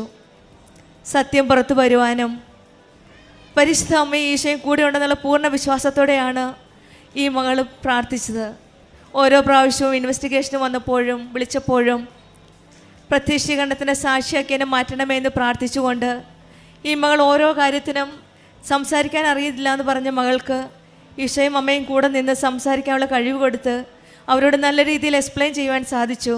അങ്ങനെ ഈ മകളുടെ നിരപരാധിത്വം അവർക്ക് മനസ്സിലാവുകയും ഒരു പൈസ പോലും ചിലവാക്കാതെ എല്ലാ പ്രോബ്ലംസും സെറ്റിലാവുകയും ചെയ്തു. സങ്കീർത്തനം 16:1 പറയുന്ന പോലെ ദൈവമേ എന്നെ കാത്തുകൊള്ളണമേ, ഞാൻ അങ്ങയിൽ ശരണം വെച്ചിരിക്കുന്നു എന്നാണ് സങ്കീർത്തകൻ പ്രാർത്ഥിച്ചത്. അതുപോലെ തന്നെയാണ് ഓരോ പ്രശ്നങ്ങളിലും പ്രതിസന്ധികളിലും പെടുമ്പോഴും ഉടമ്പടി മക്കളെ കാത്തുകൊള്ളണമേ എന്ന് പ്രാർത്ഥിക്കുമ്പോൾ അമ്മയാണ് നമ്മുടെ ഓരോ പ്രാർത്ഥനയും ഈശോയിലേക്ക് കൊണ്ടുപോകുന്നത്. അങ്ങനെ വിശ്വാസത്തോടെയുള്ള ഒരു പ്രാർത്ഥനയാണ് ഈശോയും അമ്മയും കേട്ട് ഈ മകളെ അനുഗ്രഹിച്ചത്. ഉടമ്പടി ജീവിതത്തിൽ നമ്മൾ നല്ലൊരു മരം പോലെയാണ്. വിശ്വാസത്തോടെ ഈശോയോട് ചേർന്ന് നിൽക്കുമ്പോൾ നമുക്കുള്ള ധൈര്യവും ശക്തിയുമെല്ലാം നമുക്ക് ഈശോയും അമ്മയും കൂടെ നിന്ന് നൽകും. ദൈവത്തിന് അസാധ്യമായതൊന്നുമില്ലെന്നാണ് ലൂക്കായുടെ സുവിശേഷം 1:37 പറയുന്നത്. നമ്മൾക്ക് മനുഷ്യമായിട്ട് തോന്നുന്ന ആ സാഹചര്യത്തിൽ, പ്രത്യേകിച്ചും 11 ലക്ഷം എന്ന് പറയുന്നത് ഇമ്മൾക്ക് അസാധ്യമായൊരു കാര്യമാണ്. അത് സെറ്റിൽ ചെയ്യാനായിട്ട് വളരെ പ്രയാസമാണ്. 2 മാസത്തോളം ഇമ്മകൾ ബുദ്ധിമുട്ടി പ്രാർത്ഥിച്ചു. ആ സാഹചര്യത്തിലും കൂടെ നിന്ന് ഈ മകളെ സംരക്ഷിച്ച് സഹായിച്ചതും ഈശോയും അമ്മയുമാണ്. നമ്മൾക്ക് നമ്മുടെ ജീവിതത്തിലും എല്ലാം ഈശോയ്ക്കും അമ്മയ്ക്കും വിട്ടുകൊടുക്കാം. കർത്താവേ, ജലത്തിനരിയെ നട്ടുപോലെ വിശ്വാസത്തിൽ ഉറച്ചവരായി ജീവിക്കാനുള്ള കൃപ നൽകണമേ എന്ന് നമുക്കും പ്രാർത്ഥിക്കാം. ഇമ്മിനിക്കും കുടുംബത്തിനും ലഭിച്ച എല്ലാ അനുഗ്രഹങ്ങൾക്കും നമുക്ക് കരങ്ങളടിച്ച് ദൈവത്തെ മഹത്വപ്പെടുത്താം. യേശുവേ നന്ദി. പരിശുദ്ധ അമ്മ ജീവനോടെ പ്രത്യക്ഷപ്പെട്ട ഈ കൃപാസന അൾത്താരയിൽ നിന്ന് സാക്ഷ്യം പറയാൻ എന്നെയും മകനെയും ഇടയാക്കിയതിന് പരിശുദ്ധ അമ്മയ്ക്കും തിരുക്കുമാരനും ഞാൻ കോടാനുകോടി നന്ദി പറയുന്നു. ഞാൻ ഈ 21/1/2023 ഞാൻ ആദ്യമായിട്ട് ഉടമ്പടി എടുത്തത്. എൻ്റെ പേര് സാലി സണ്ണി, എൻ്റെ മകൻ തോമസ് സണ്ണി. ഞാൻ ഇരഞ്ഞി സെൻറ്റ് പീറ്റർ ആൻഡ് ഫോൾസ് ഫൊറോന പള്ളിയിൽ നിന്നും വരുന്നു. എൻ്റെ മകൻ്റെ സാക്ഷ്യം പറയാനാണ് ഞാൻ നിൽക്കുന്നത്. എൻ്റെ മകൻ ഡിഗ്രി BSc ഫിസിക്സ് എടുത്താണ് പഠിച്ചത്. അപ്പോൾ ഞാൻ ഉടമ്പടിയിൽ വെച്ചിരുന്നു, നിയോഗം വെച്ചിരുന്നു. അവന് നല്ല ഉയർന്ന മാർക്ക് കിട്ടി പാസ്സാകുവാണെങ്കിൽ ഞാൻ സാക്ഷ്യം പറഞ്ഞേക്കാവുന്നത്. അവന് CGPA പരീക്ഷയിൽ അവനെ 10ൽ 10 നൽകി പരിശുദ്ധ അമ്മ അനുഗ്രഹിച്ചു. അതിന് എൻ്റെ പരിശുദ്ധ അമ്മയ്ക്കും തിരുക്കുമാരനും ഞാൻ കോടാനുകോടി നന്ദി പറയുന്നു. രണ്ടാമതായി എൻ്റെ മകൻ അത് കഴിഞ്ഞു ജർമ്മൻ പഠിക്കാനാണ് പോയത്. അത് കഴിഞ്ഞ് B2 പരീക്ഷ പാസ്സായി കഴിഞ്ഞ് അവൻ വിസയ്ക്ക് വേണ്ടി 3 പ്രാവശ്യം വിസ ഇൻ്റർവ്യൂവിന് പോയി. 3 പ്രാവശ്യം വിസ റിജക്റ്റായി. അപ്പോൾ ആദ്യമൊക്കെ എനിക്ക് ഭയങ്കര ഒരു വിഷമം ഉണ്ടായിരുന്നു, എന്നാലും അമ്മ തന്നില്ലല്ലോ എന്ന്. പിന്നെ ഞാൻ നാലാമത് 2009 ഡിസംബർ 9 ചൊവ്വാഴ്ചത്തെ ഉടമ്പടി ധ്യാനത്തിൽ നമ്മുടെ ബഹുമാനപ്പെട്ട ജോസഫ് അച്ഛൻ പറഞ്ഞു, നിങ്ങൾ ഒത്തിരി സങ്കടപ്പെട്ടിരിക്കുന്ന കാര്യം 41 ദിവസത്തിനകം നിങ്ങൾക്ക് പരിശുദ്ധ അമ്മ ഈശോയോട് ചോദിച്ചു തരുമെന്ന്. ഞാനത് പൂർണ്ണമായിട്ട് വിശ്വസിച്ചു. ഞാൻ എന്നിട്ട് അപ്പോഴേ തന്നെ കലണ്ടർ എടുത്തുകൊണ്ട് വന്ന് 9 തുടങ്ങി 1, 2, 3 ഡേറ്റ് ഇട്ടു. അത് കഴിഞ്ഞാണ് ഈ കൊച്ചിന് വിസ ഇൻ്റർവ്യൂ വരുന്നത്. ഡിസംബർ 16 കൊച്ചു PSFലേക്ക് ഇൻ്റർവ്യൂവിനും പോയി. ഞാൻ അപ്പോഴേ തന്നെ രാവിലെ തന്നെ ഇവിടെ ഈ കൃപാസന അമ്മയുടെ അടുത്തേക്ക് പോന്നു. ഇവിടെ വന്ന് എൻ്റെ ഉടമ്പടി ഞാൻ പുതുക്കി ഞാൻ നിയോഗം വെച്ച് പ്രാർത്ഥിച്ചു. എൻ്റെ അമ്മ മൂന്നാമത് വിസ റിജക്റ്റായിട്ട് എനിക്കൊരു സങ്കടവും വന്നില്ല. അപ്പോൾ എനിക്ക് തോന്നി എൻ്റെ ഉടമ്പടിയിൽ എന്തെങ്കിലും കുഴപ്പമുണ്ടായിട്ടാണ് വിസ കിട്ടാഞ്ഞതെന്ന് എനിക്ക് പൂർണ്ണ വിശ്വാസം ഉണ്ടായിരുന്നു. അപ്പോൾ പരിശുദ്ധ അമ്മയോട് ഞാൻ പറഞ്ഞു, എൻ്റെ അമ്മ ഇപ്പം ഈ ഉടമ്പടി, അപ്പോൾ ഞാൻ നിയോഗം വെച്ചത് എങ്ങനെയാണ്, ഈ ഉടമ്പടിയിൽ എനിക്ക് ഉടമ്പടി പ്രകാരം ജീവിക്കുവാനുള്ള കൃപ തരണം എന്ന് പറഞ്ഞ് ഞാൻ പ്രാർത്ഥിച്ചു. എപ്പോഴും ഞാൻ പ്രാർത്ഥിക്കാറുണ്ട്, എന്നെയും മകനെയും അമ്മയുടെ പ്രതിഷ്ഠീകരണത്തിൻ്റെ സാക്ഷിയാക്കി ഉയർത്തണമേ എന്ന്. ഡിസംബർ 7 അമ്മ പ്രത്യക്ഷപ്പെട്ട ആ ദിവസം ഞാൻ 7:30 ആയപ്പം ആ ഗ്രൗണ്ടിൽ വന്നതാണ്. അവിടുന്ന് നടന്ന് കൃത്യം 2:30 ആയപ്പം ഈ അമ്മയുടെ സന്നിധിയിലെത്തി. അപ്പോൾ ഞാൻ പോകുന്നത് പാസ്പോർട്ടിൻ്റെ കോപ്പി എടുത്തുകൊണ്ടാണ്. അപ്പോൾ ഞാൻ അമ്മയുടെ കയ്യിൽ തൊട്ട്, അന്ന് എല്ലാവർക്കും കാണാമായിരുന്നു, അമ്മയെ തൊട്ട് പ്രാർത്ഥിക്കാമായിരുന്നു. ഞാൻ പ്രാർത്ഥിച്ചു, എൻ്റെ പരിശുദ്ധ അമ്മ തന്നില്ലെങ്കിൽ അവനൊരിക്കലും ജർമ്മനിക്ക് പോകാൻ പറ്റിയല്ല. ഞങ്ങൾക്ക് യാതൊരു മെറ്റുമില്ല, 0 മെറ്റ് നിൽക്കുന്ന എന്നെയും കുടുംബത്തെയും അമ്മ രക്ഷിക്കണമേ എന്ന് ഞാൻ കരഞ്ഞ് പ്രാർത്ഥിച്ചു. ആ പ്രാർത്ഥന കഴിഞ്ഞു ഉടനെ എനിക്ക് നല്ലൊരു സുഗന്ധാഭിഷേകം ഉണ്ടായി. അപ്പോൾ ഇവിടെ ഒരു സഹോദരി നിൽപ്പുണ്ടായിരുന്നു വോളണ്ടിയറായിട്ട്. ഞാൻ ആ സഹോദരിയോട് ചോദിച്ചു, നിങ്ങൾക്ക് ഇങ്ങനെ മുല്ലപ്പൂവിൻ്റെ ഗന്ധം വരുന്നുണ്ടോ എന്ന് ചോദിച്ചു. ഇല്ലെന്ന് പറഞ്ഞു.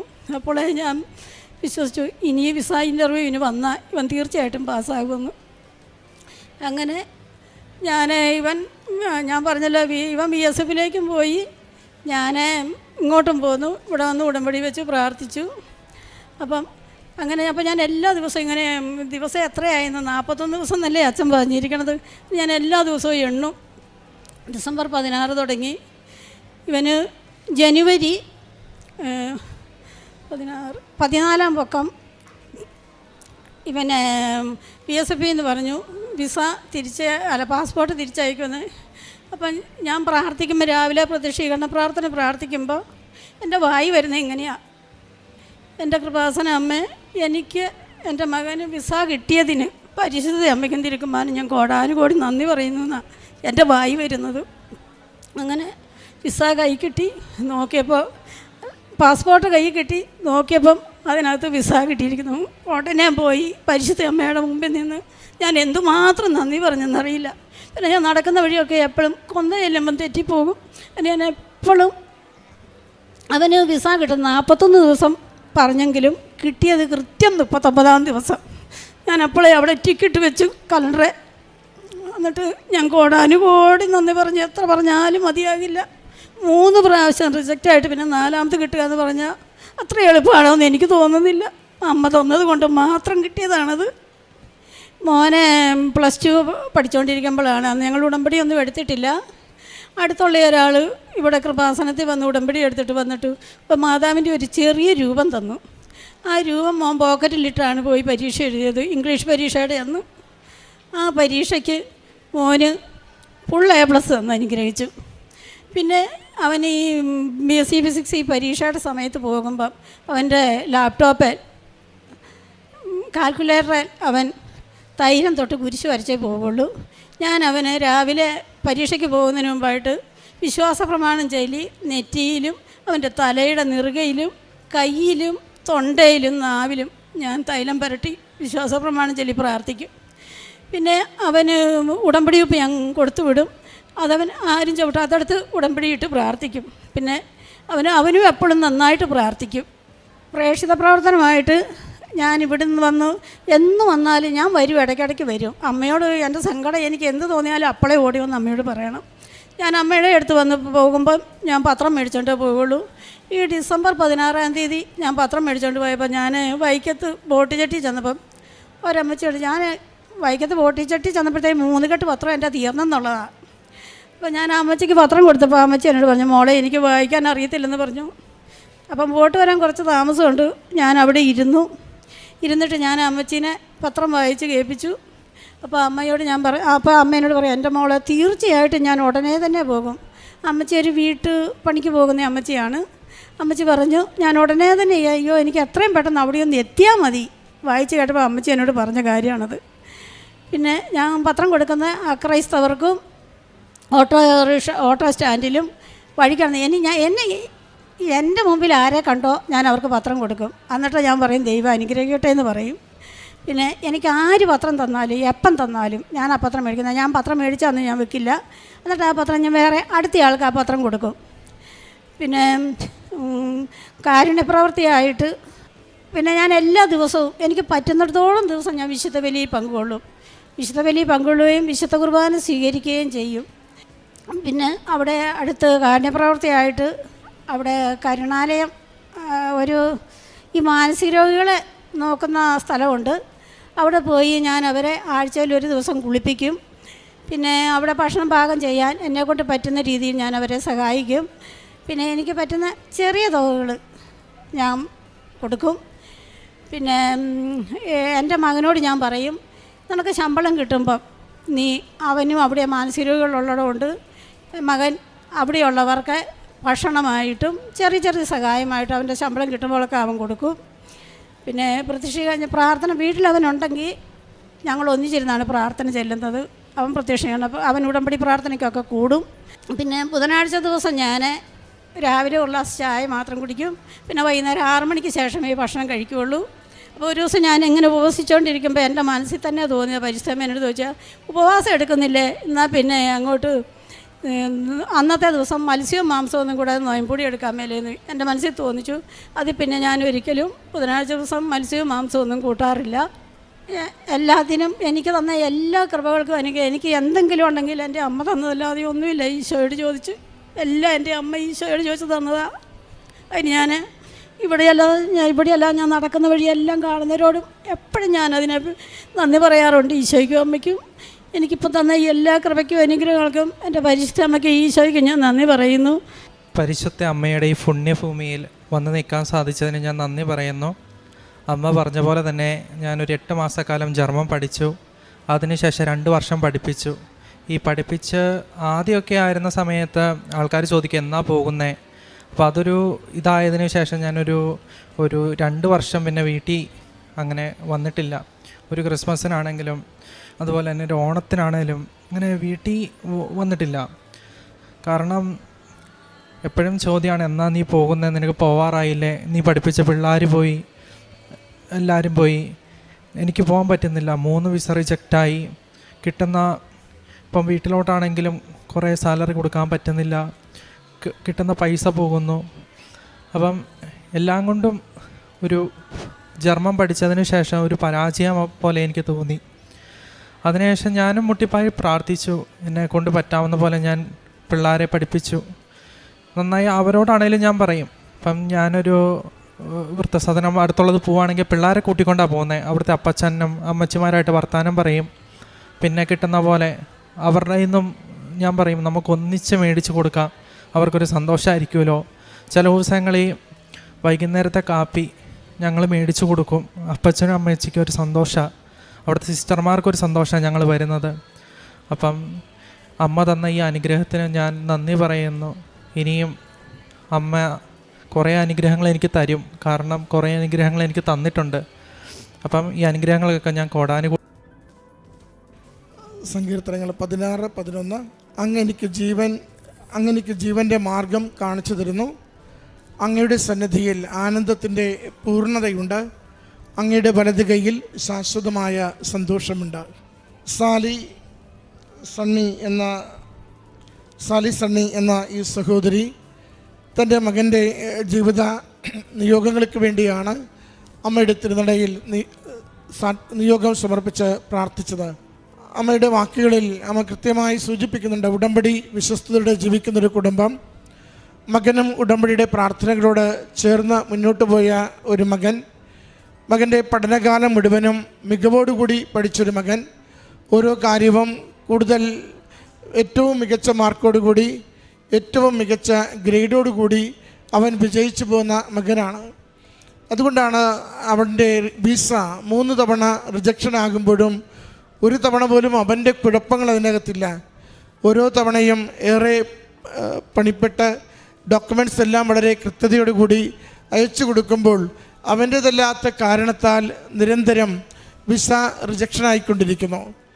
ഈ വിസ റിജക്ഷന് പ്രത്യേകിച്ച് കാരണങ്ങൾ അധികമൊന്നും കണ്ടെത്താനില്ല. അവൻ്റേതായിട്ട് കാണുന്ന കാരണങ്ങളൊക്കെയും അവൻ ചെന്നെത്തുന്ന ഇടങ്ങളിലുള്ള പ്രശ്നങ്ങളാണ്. മകൻ അതാണ് ആകെ കുഴങ്ങിയത്.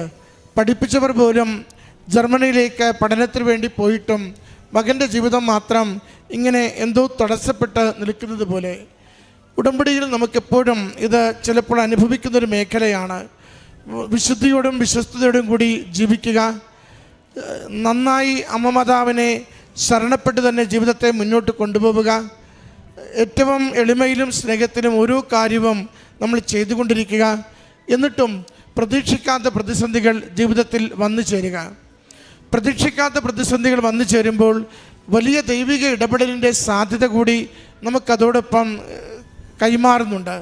അതാണ് അമ്മ പറയുന്നത്, ഒരു ഉടമ്പടി ധ്യാനം കൂടുമ്പോൾ 41 ദിവസത്തിനുള്ളിൽ ഇപ്പോൾ സങ്കടപ്പെട്ടുകൊണ്ടിരിക്കുന്ന വിഷയങ്ങൾക്ക് പരിഹാരമുണ്ടാകും എന്നൊരു സന്ദേശം ജോസഫ് അച്ഛൻ കൈമാറുന്നത്.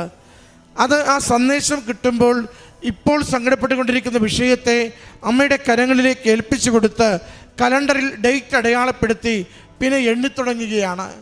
ഈ 41 ദിവസത്തിനുള്ളിൽ എൻ്റെ മകൻ്റെ ഈ കഴിഞ്ഞ 2-2.5 വർഷമായി തടസ്സപ്പെട്ട് കിടക്കുന്ന ഈ വലിയൊരു കാര്യം അതമ്മ നിസ്സാര ദിവസങ്ങൾക്കുള്ളിൽ പൂർണ്ണമായി ഏറ്റെടുത്ത് ഈശോയ്ക്ക് കൊടുത്ത് തടസ്സങ്ങൾ മാറ്റി അതിന് ഫലം നൽകും എന്ന പ്രത്യാശയിൽ ആ ജീവിതത്തെ മുന്നോട്ട് കൊണ്ടുപോവുക. അത് രണ്ടുപേരും കൂടി അത് നന്നായി പ്രാർത്ഥിക്കുന്നതാണ് അമ്മ സൂചിപ്പിക്കുന്നത്. മറ്റൊന്നുകൂടി അമ്മ പറയുന്നുണ്ട്, നിരന്തരം തിരിച്ചു വരുന്ന പാസ്പോർട്ട് അമ്മയുടെ തിരുനടയിലേക്ക് കൊണ്ടുവരുന്നു. 7-ാം തീയതി ഡിസംബർ 7-ന് എല്ലാവരും പ്രാർത്ഥിക്കുവാനും അമ്മയെ തൊട്ടുവണങ്ങി പ്രാർത്ഥിച്ച് ഏറെ ക്ലേശമുള്ള വിഷയങ്ങൾ സമർപ്പിക്കുവാനായി അവസരം ലഭിച്ചപ്പോൾ അമ്മ രാവിലെ വന്ന് ഏതാണ്ട് പ്രത്യക്ഷീകരണ സമയത്താണ് അൾത്താരയിലേക്ക് എത്തുന്നത്. ആ പ്രത്യക്ഷീകരണ സമയത്ത് 2:30-ന് അമ്മ മാതാവിൻ്റെ ആ തിരുസ്വരൂപത്തിനരികിൽ ആ 3 തവണ തിരികെ വന്ന പാസ്പോർട്ട് സമർപ്പിച്ചുകൊണ്ട് ഇനി അമ്മ ഇത് ഏറ്റെടുത്ത് പ്രത്യക്ഷീകരണത്തിന് സാക്ഷിയാക്കുവാൻ വേണ്ടി എൻ്റെ മകനെ സഹായിക്കണമെന്ന് ഏൽപ്പിച്ചു കൊടുത്ത് പോകുന്നു. 2 കാര്യങ്ങളാണ് ഈ മകന് വന്ന വലിയ തടസ്സത്തിന് അമ്മ ചെയ്ത പ്രവൃത്തികളായി നമ്മൾ കാണുന്നത്. ഭാരങ്ങൾ ലഘൂകരിക്കുന്ന പരിശുദ്ധമ്മയുടെ വലിയ സംരക്ഷണമാണ് പിന്നീടുള്ള ദിവസങ്ങളിൽ കാണുന്നത്. അതിൻ്റെ അവസാനം അമ്മ നന്നായി പറഞ്ഞു വെച്ചു. 39ാമത്തെ ദിവസം മകൻ്റെ പാസ്പോർട്ട് കയ്യിൽ കിട്ടി, അതിൽ വിസ അടിച്ചിട്ടുണ്ടായിരുന്നുവെന്ന്. പ്രിയമുള്ളവരെ, നമുക്ക് കണ്ണീരിൻ്റെ ദിവസങ്ങളുണ്ടാവാം. നമ്മുടെ പരിശ്രമങ്ങൾ പരാജയപ്പെട്ട് പ്രത്യേകിച്ച് കാരണമൊന്നുമില്ലാതെ നാം തന്നെ ക്ലേശിക്കുന്ന അവസരങ്ങളുണ്ടാവാം. നമുക്കുത്തരമില്ലാത്ത എല്ലാ വിഷയങ്ങൾക്കും, നമുക്കുത്തരമില്ലാത്ത എല്ലാ പ്രശ്നങ്ങൾക്കും അമ്മയുടെ കരങ്ങളിൽ, ഈശോയുടെ സന്നിധിയിൽ പരിഹാരമുണ്ട്. അതുകൊണ്ട് അത് കൂടുതൽ ക്ലേശത്തിലേക്ക് ജീവിതം മാറുമ്പോൾ, കൂടുതൽ എളിമപ്പെട്ട് ശരണപ്പെട്ട് ദൈവത്തിൽ ആശ്രയിക്കുമ്പോൾ അത് നമുക്ക് അനുഗ്രഹത്തിന് കാരണമാവും. പക്ഷേ ഉടമ്പടി നമുക്ക് വിശ്വസ്തയോടുകൂടി അല്പം പോലും ചഞ്ചലപ്പെടാതെ ചെയ്യുവാൻ സാധിക്കുന്നുണ്ടോ എന്ന ചില പരീക്ഷണങ്ങൾ നമുക്ക് വന്നുകൊണ്ടിരിക്കും.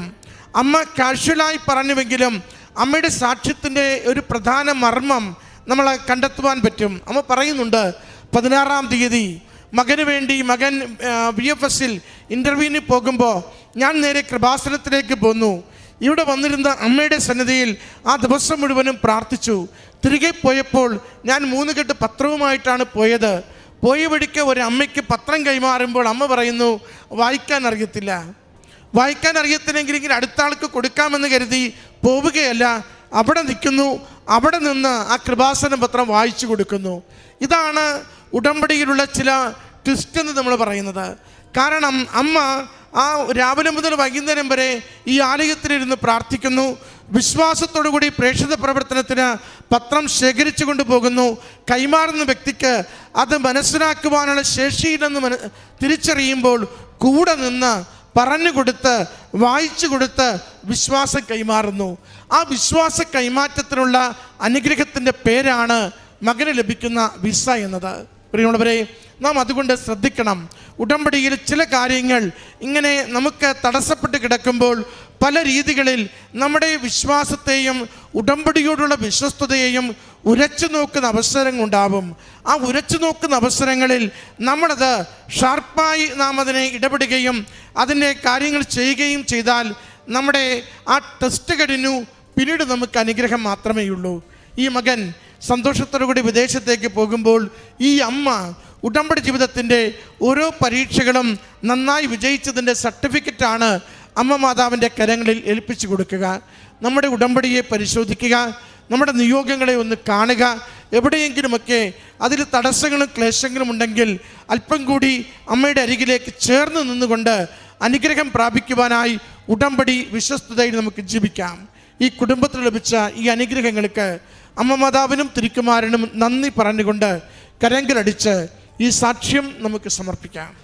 ഞാൻ മറീന, ഇത് അന്തോണി, മത്തായി, അഭിലാഷ്. ഞങ്ങൾ ഫാമിലിയായിട്ട് സ്വിറ്റ്സർലൻഡിലാണ് താമസിക്കുന്നത്. അപ്പം ഞാൻ ഇവിടെ വരുന്നതിന് കാരണം എൻ്റെ മമ്മി കൃപാസനത്തിൽ വരാറുണ്ട്. അപ്പം കൃപാസനത്തിനെ കുറിച്ച് ഇങ്ങനെ പറയും, ഇവിടെ ഒത്തിരി അത്ഭുതം നടക്കുന്നതാണ്. അപ്പം ഞാൻ ഒത്തിരി ധ്യാനകേന്ദ്രം ഉണ്ടല്ലോ, അതുപോലൊരു ധ്യാനകേന്ദ്രമാണല്ലേ എന്ന് ചോദിച്ചു മമ്മിയോട്. പക്ഷേ നാട്ടിൽ 2024 എൻ്റെ അനിയൻ്റെ കല്യാണത്തിനാണ് നാട്ടിൽ വരുന്നത്. അപ്പോൾ ഞാൻ ഹസ്ബൻഡിനോട് അവിടെ നിന്ന് പോരുന്നതിന് മുമ്പ് പറഞ്ഞു, നമുക്കൊന്ന് കൃപാസനത്തിൽ പോവാം, എനിക്ക് കുറേ തടസ്സങ്ങളും കാര്യങ്ങളും ഉണ്ടായിരുന്നു, അപ്പം നടക്കുമെന്നൊന്ന് നോക്കാം, എല്ലാവരും പോണതല്ലേ എന്ന് വിചാരിച്ച് ഞാനിവിടെ വന്നു. അപ്പം ഞങ്ങൾ പോകുന്നതിന് 2 ദിവസം മുമ്പാണ് ഞാനിവിടെ വരുന്നത്. 6 നിയോഗങ്ങൾ എഴുതി പ്രാർത്ഥിച്ച് പുറത്തോട്ട് ഇറങ്ങിയപ്പോൾ മുതൽ ഞാൻ മാതാവിൻ്റെ പ്രസൻസ് ഫീൽ ചെയ്യാൻ തുടങ്ങി. എനിക്ക് ഞാൻ ചോദിച്ച കാര്യങ്ങൾ ഓരോന്നായി നടന്ന് കിട്ടുന്ന അനുഭവങ്ങൾ അത് നിങ്ങളോട് ഞാൻ പങ്കുവെക്കുകയാണ്. ഞാൻ രജിസ്റ്റേർഡ് ഫാർമസിസ്റ്റായിട്ടാണ് നാട്ടിൽ പഠിച്ചത്. ഞാൻ ഫാർമസിയാണ്. പിന്നീട് ഞാൻ UK ഫാർമക്കോളജി പഠിച്ചു. അപ്പോൾ ഞാൻ സ്വിറ്റ്സർലൻഡിൽ ചെല്ലുമ്പോൾ എൻ്റെ വിചാരം ചെല്ലുമ്പോൾ തന്നെ ജോലി കിട്ടും, എന്ത് പാട്, ജോലിക്കൊന്നും ഒരു പാടില്ലല്ലോ, അത്രയും പഠിച്ചതല്ലേ. 6 വർഷം ഞാൻ നോക്കിയിരുന്നു. ഒരു ആഴ്ച ഒരു 20 ആപ്ലിക്കേഷനൊക്കെ വെച്ച് അയക്കും, കിട്ടത്തില്ല. അപ്പോൾ ഇവിടെ വരുമ്പം അവിടെ നമുക്ക് സെയിം സർട്ടിഫിക്കറ്റ് ഇവിടുത്തെ ഇതാവാൻ വേണ്ടി ഹാഗർ അപ്പോസ്റ്റൽ അറ്റസ്റ്റേഷൻ എന്ന് പറഞ്ഞൊരു സാധനം ചെയ്യണം. അപ്പോൾ അത് എന്നതാണെന്ന് ഞാൻ എല്ലാവരോടും ചോദിച്ചു, ആർക്കും അറിയത്തില്ല. ഞാൻ കഴിഞ്ഞ വർഷം ഉടമ്പടി എടുത്ത് പോകുമ്പോൾ ഞങ്ങൾ പല ഓഫീസുകളിൽ കയറി ചോദിച്ചു. അവർ പറഞ്ഞു സെൻട്രൽ ഗവൺമെൻറ്റിൽ നിന്നാണ് ഇത് കിട്ടുക, അപ്പോൾ എന്തെങ്കിലും ആവട്ടെ, ഞങ്ങളൊരു ഓഫീസിൽ കൊണ്ടുപോയി എൻ്റെ കുറേ ഡോക്യുമെൻറ്റ്സ് ഒക്കെ സബ്മിറ്റ് ചെയ്തിട്ട് ഞങ്ങൾ തിരിച്ച് ഫ്ലൈ ചെയ്യുക. അപ്പോൾ എയർപോർട്ടിൽ വെച്ച് ഞങ്ങളുടെ തൊട്ട് പുറകിൽ ഒരു കുട്ടി നിൽപ്പുണ്ട്. കുട്ടിയല്ല, ചെറിയ കുട്ടിയല്ല, ഒരു UN വർക്ക് ചെയ്യുന്ന ഒരു കൊച്ച്. അപ്പം അയാൾ ഞങ്ങളോട് ചുമ്മാ സംസാരിക്കാൻ തുടങ്ങി. ആദ്യം ഞങ്ങളോട് എവിടെ നിന്നാണ് നിങ്ങൾ കാര്യങ്ങളൊക്കെ ചോദിച്ചു, ഞങ്ങളുടെ പേഴ്സണൽ കാര്യങ്ങൾ ചോദിക്കാൻ തുടങ്ങി. അപ്പം കുറച്ച് കഴിയുമ്പോൾ കൂടുതൽ പ്രൈവസി എടുക്കാൻ തുടങ്ങി. ഞങ്ങളുടെ കയറി ഒത്തിരി കാര്യങ്ങൾ സംസാരിക്കും. അപ്പം ഞാൻ പറഞ്ഞു, ഇതെന്താ നമ്മളുടെ പെർമിഷൻ ഇല്ലാതെ നമ്മളോട് ഇത്രയും സംസാരിക്കുന്നത്, അതിൻ്റെ ആവശ്യമില്ലല്ലോ. അപ്പം നമ്മൾ ഈ കൊച്ചിൻ്റെ അടുത്ത് മാറി മാറി പോവുക. ഈ കൊച്ച് ഞങ്ങളുടെ പുറകെ വരിക. അപ്പം ഞങ്ങൾ ഭക്ഷണം കഴിച്ചു കഴിഞ്ഞിട്ട് ഈ കൊച്ച് ഞങ്ങളുടെ പുറകെ വന്നിട്ട് ഈ കൊച്ച് ഞങ്ങളോട് പറഞ്ഞു, അവൻ്റെ ഒരു പേപ്പർ വർക്ക് ഹാഗർ പോസ്റ്റിൽ ചെയ്തു, ആ വണ്ടി ചെന്നൈയിലോ എവിടെയെങ്ങാണ്ട് പിടിച്ചിട്ടേക്കുവാണ്. അപ്പം ഞാനും ഹസ്ബൻഡ് ഇതിനെ എന്ത് ചെയ്യും, ഇത് എവിടെ ചോദിക്കും, ഞാൻ കൊടുത്ത പേപ്പർ വർക്കുകൾ ശരിയാവുമോ, മാസങ്ങളെടുക്കും, നമുക്കൊരു ജോലിയുടെ ആവശ്യമല്ലേ, ശരിയാവില്ലല്ലോ എന്ന് പറയുമ്പോൾ ഈ കൊച്ച് ഞാൻ ചോദിക്കാതെ ഞാൻ പറയാതെ, എൻ്റെ ഒരു കാര്യം അറിയത്തില്ല, പക്ഷേ ഈ കൊച്ച് എന്നോട് ഹാഗർ പോസ്റ്റിൽ ഇന്ന സ്ഥലത്താണ് ഞാൻ ചെയ്തത്, ഇന്ന ഏജൻസി കൊടുത്തു, ഇത്ര സമയം എടുക്കുള്ളൂ ചേച്ചി എന്നൊക്കെ പറഞ്ഞ് തന്നു.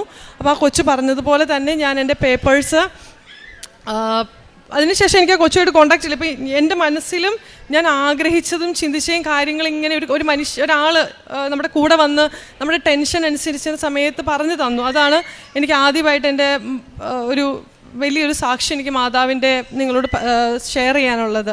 രണ്ടാമതായിട്ട് എനിക്ക് ഷെയർ ചെയ്യാനുള്ളത് എൻ്റെ മോനെക്കുറിച്ചാണ്.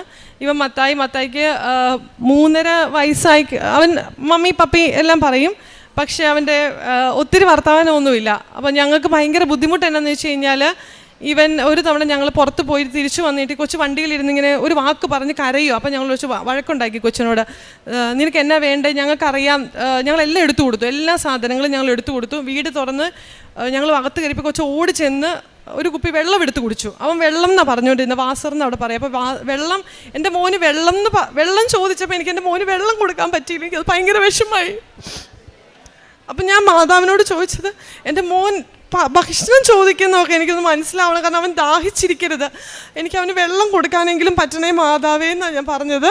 ഇവിടുന്ന് ഇറങ്ങി ഞങ്ങളുടെ കൂടെ ഇവിടുന്ന് അന്ന് ഞാൻ 2024 ഉടമ്പടി എടുത്ത് പുറത്തിറങ്ങുമ്പോൾ ഞങ്ങളൊരു ഹോട്ടലിൽ പോയി ചായ കുടിച്ച് ഒരു കേക്ക് കഷ്ണം ഇവൻ തിന്നു. അതിനുശേഷം ഇവൻ വായടച്ചിട്ടില്ല, വർത്താനം പറയാൻ തുടങ്ങി. പിന്നെ പുള്ളി നിർത്തില്ലാത്ത പോലെ എൻ്റെ മോനിപ്പോൾ വർത്താനം പറയും. അതാണ് രണ്ടാമത്തെ എൻ്റെ സാക്ഷ്യം. മൂന്നാമത് ഞങ്ങൾ ഇവിടുന്ന് ഉടമ്പടിയുടെ തൈലവും ഇതെല്ലാം കൊണ്ടുപോകില്ല. അപ്പം എല്ലാ ദിവസവും രാവിലെ സ്കൂളിൽ പോകുമ്പോഴും ഞങ്ങൾ ജോലിക്ക് പോകുമ്പോഴും ഈ ഉടമ്പടി തൈലം പുരട്ടി പ്രാർത്ഥിച്ചിട്ടാണ് ഞങ്ങൾ ഇറങ്ങാതെ. ഒത്തിരി പ്രാർത്ഥിക്കില്ല, പക്ഷേ ഈ ഉടമ്പടി തൈലം ചെയ്യുമ്പോൾ നെറ്റിയിൽ കുരിശ് വരയ്ക്കുമ്പോൾ അന്ന് ഞങ്ങൾ സേഫാണ്, പ്രൊട്ടക്റ്റഡ് ആണ്, ഞങ്ങൾക്ക് ഒരു ആപത്തും വരില്ല എന്നൊരു വിശ്വാസം എനിക്കുണ്ട്. ഒത്തിരി പ്രാർത്ഥനകൾ ചെയ്യാൻ പറ്റാറില്ല, പക്ഷേ ഇത് ചെയ്യും. അപ്പം ഞങ്ങൾ ഒരു ദിവസം കുറച്ച് നാളായി സന്ധ്യാപ്രാർത്ഥന ചെയ്യാൻ സമയം കിട്ടിയില്ല. അപ്പോൾ ഹസ്ബൻഡ് പറഞ്ഞു, ഇന്ന് എന്തായാലും നമുക്ക് കുരിശ് വരയ്ക്കാം എല്ലാവർക്കും കൂടി ഇരുന്നെന്ന് പറഞ്ഞ് കുരിശ് വരച്ചു ഇവിടെ പോരുന്നതിന് മുമ്പ്. അപ്പോൾ കുരിശ് വരച്ചുകൊണ്ടിരുന്ന് കഴിഞ്ഞപ്പോൾ ഞാൻ മനസ്സിലോർത്തു, ഈ തവണ കൃപാസനത്തിൽ പോകണം, ഉടമ്പടി തൈലം കിട്ടണം. ഉടമ്പടി തൈലം കിട്ടുമ്പം കിട്ടിയില്ലെങ്കിൽ ഞാൻ എങ്ങനെ ഒരു വർഷം എനിക്ക് ഇനി പോകണമല്ലോ, അടുത്ത വർഷമല്ലേ ഞാൻ വരുള്ളൂ. അങ്ങനെ പറഞ്ഞ് ഞാൻ ഉടമ്പടി തൈലം ഇരുന്ന രൂപത്തിൻ്റെ അങ്ങോട്ട് നോക്കുമ്പോൾ ഉടമ്പടി തൈലത്തിൻ്റെ കുപ്പിയുടെ തൈലം മുകളിൽ വരെ എത്തി നിന്ന്.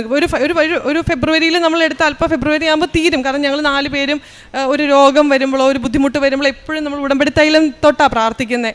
അത് നിറഞ്ഞു. അപ്പം ഞാൻ ഹസ്ബൻഡിനോട് ചോദിച്ചു, നിങ്ങൾ ആരെങ്കിലും എടുത്ത് നിറച്ചതാണോ? പിള്ളേരെന്തായാലും എത്തില്ല, അവർക്ക് നല്ല പൊക്കത്തിലാണ്. അതെനിക്ക് വിശ്വസിക്കാൻ പറ്റിയില്ല. അത്രയും എൻ്റെ അടുത്ത് അങ്ങനെ ഒരു അത്ഭുതം നടക്കാൻ പാകത്തിനുള്ള ഒരു അർഹത എനിക്കില്ല. പക്ഷെ എന്തെങ്കിലും അവിടെയും ഞാൻ മാതാവിൻ്റെ പ്രസൻസ് ഫീൽ ചെയ്തു. പ്രൊട്ടക്റ്റഡ് ആണ് നിങ്ങൾ, നിങ്ങളുടെ കൂടെ ഞാനുണ്ട്. മാതാവ് എന്ന ഒരു വ്യക്തി നമ്മൾ കാണുന്നില്ലെങ്കിലും എന്താ പറയുക, പ്രസൻസ് നമുക്ക് ഓരോ നിമിഷവും നമ്മുടെ കൂടെ നടന്ന് ഞങ്ങളെ പ്രൊട്ടക്റ്റ് ചെയ്ത് കൊണ്ടു നടക്കുന്നത്. നാലാമത് ഞാൻ അവിടെ ചെന്ന് എനിക്ക് ജോലി ഇല്ലയെന്ന് ഞാൻ പറഞ്ഞില്ല. അപ്പം ജോലിക്ക് ഞാൻ വർഷങ്ങളായിട്ട് അപ്ലൈ ചെയ്യുന്നു. എന്താണ് കുഴപ്പം, ജോലി കിട്ടേണ്ടതല്ല. 20 ആപ്ലിക്കേഷനൊക്കെ ഞാൻ മാസം ആഴ്ചയിൽ 20 ആപ്ലിക്കേഷൻ വെച്ച് അയക്കണം. എന്തായാലും ഇവിടെ വന്ന് ഉടമ്പടി എടുത്തതിന് ശേഷം ഞാൻ അവിടെ ചെന്ന് ഞാനൊരു ജോലിക്ക് അപ്ലൈ ചെയ്തു. 2 മാസത്തിനുള്ളിൽ എനിക്ക് അവിടെ ഓഫർ ലെറ്റർ കിട്ടി. ഞാൻ ഇപ്പോഴും അവിടെ ജോലി ചെയ്തുകൊണ്ടിരിക്കുന്നു. അതാണ് 4ാമത്തെ സാക്ഷ്യം. 5ാമത് ഞങ്ങൾ ഈ ഉടമ്പടി എടുക്കുമ്പം എനിക്കെന്ന് പറഞ്ഞാൽ ഉടമ്പടി 2024 എടുത്ത് പോയതിന് ശേഷം എപ്പോഴും എനിക്ക് ഈ ഉടമ്പടി പുതുക്കണം. പുതുക്കുക എന്ന് പറഞ്ഞാൽ ഞാൻ ആഗ്രഹിച്ച് പുതുക്കുന്നതാണോ എന്ന് ചോദിച്ചാൽ എനിക്കറിയില്ല.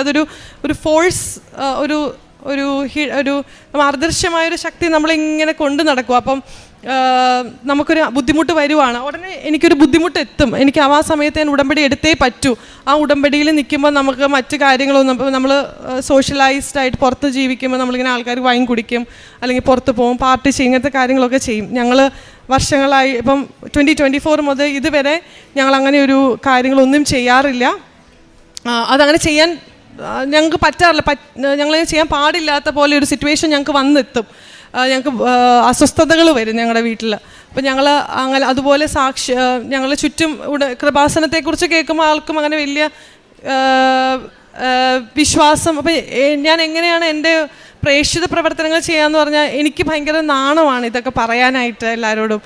ഞാൻ ഇങ്ങനെ അത്ഭുതം നടന്നു എന്ന് മറ്റ് പുറത്ത് രാജ്യത്ത് നമ്മുടെ അത്രയും വിശ്വാസമുള്ളവരല്ല അവർക്ക് പള്ളി, അവരൊരു റിഫോർമേറ്റീവ് കിർഹയെന്ന് പറയുമ്പോൾ അവർക്ക് ഇങ്ങനെ ഈശ്വര രൂപങ്ങളോ അങ്ങനെയൊന്നുമില്ല.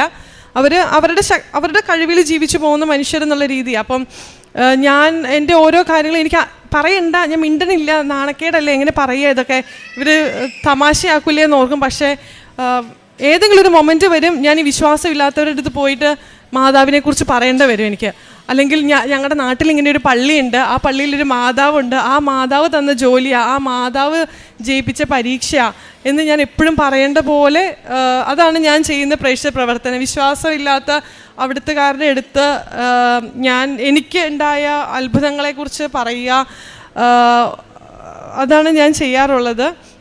അതുപോലെ വേറൊരു സാക്ഷ്യം എന്ന് പറഞ്ഞാൽ ഞാൻ ഇവിടെ വരുമ്പോൾ ഇതുപോലെ ഞാനൊരു പരീക്ഷ എഴുതിയിട്ടുണ്ടായിരുന്നു ജർമ്മൻ. നമ്മൾ പല കോഴ്സിന് പോയി പരീക്ഷ പഠിച്ചു, അവരെഴുതേണ്ടേക്കാൾ ഒരു ഫോമാറ്റ് ഉണ്ട്, അതെല്ലാം കാണാതെ അതേപടി എഴുതും, പക്ഷെ പരീക്ഷയ്ക്ക് ജയിക്കത്തില്ല.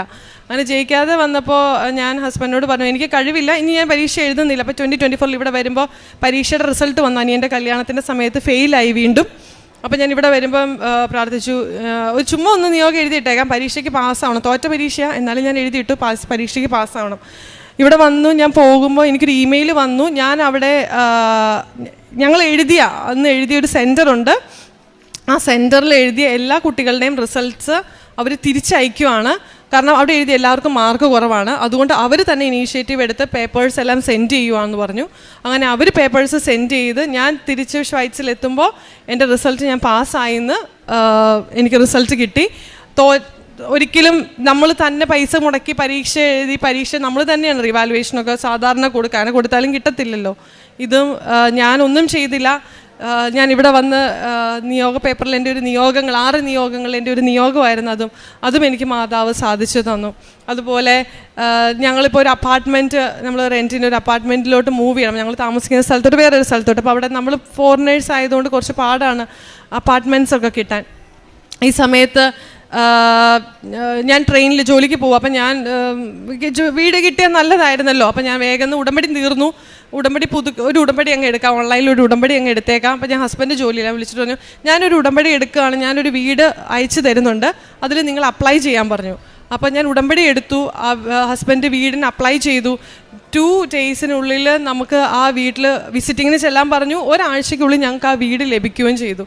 ഈശോയ്ക്കും മാതാവിനും 1000 നന്ദി. പ്രേക്ഷിത പ്രവർത്തനം ഞാൻ പറഞ്ഞ പോലെ എനിക്ക് പത്രം തന്നിട്ടുണ്ട്. അപ്പം ഞാനത് പത്രം എനിക്ക് പരിചയമുള്ളവർക്കൊക്കെ കൊടുക്കാറുണ്ട്, അറിയാവുന്നവർക്ക് കൊടുക്കാറുണ്ട്. അതുപോലെ ഹെൽപ്പ് ചെയ്യാൻ പറ്റുന്ന ആർക്കെങ്കിലും ബുദ്ധിമുട്ട് തോന്നുന്നവരുണ്ടെങ്കിൽ അവർ ചോദിക്കുമ്പോൾ ഞങ്ങൾ ആ ഹെൽപ്പ് ചെയ്യാറുണ്ട്. പരിശുദ്ധ അമ്മയ്ക്ക് 1000 നന്ദിയോട് കൂടി ഞാനിത് അവസാനിപ്പിക്കുകയാണ്.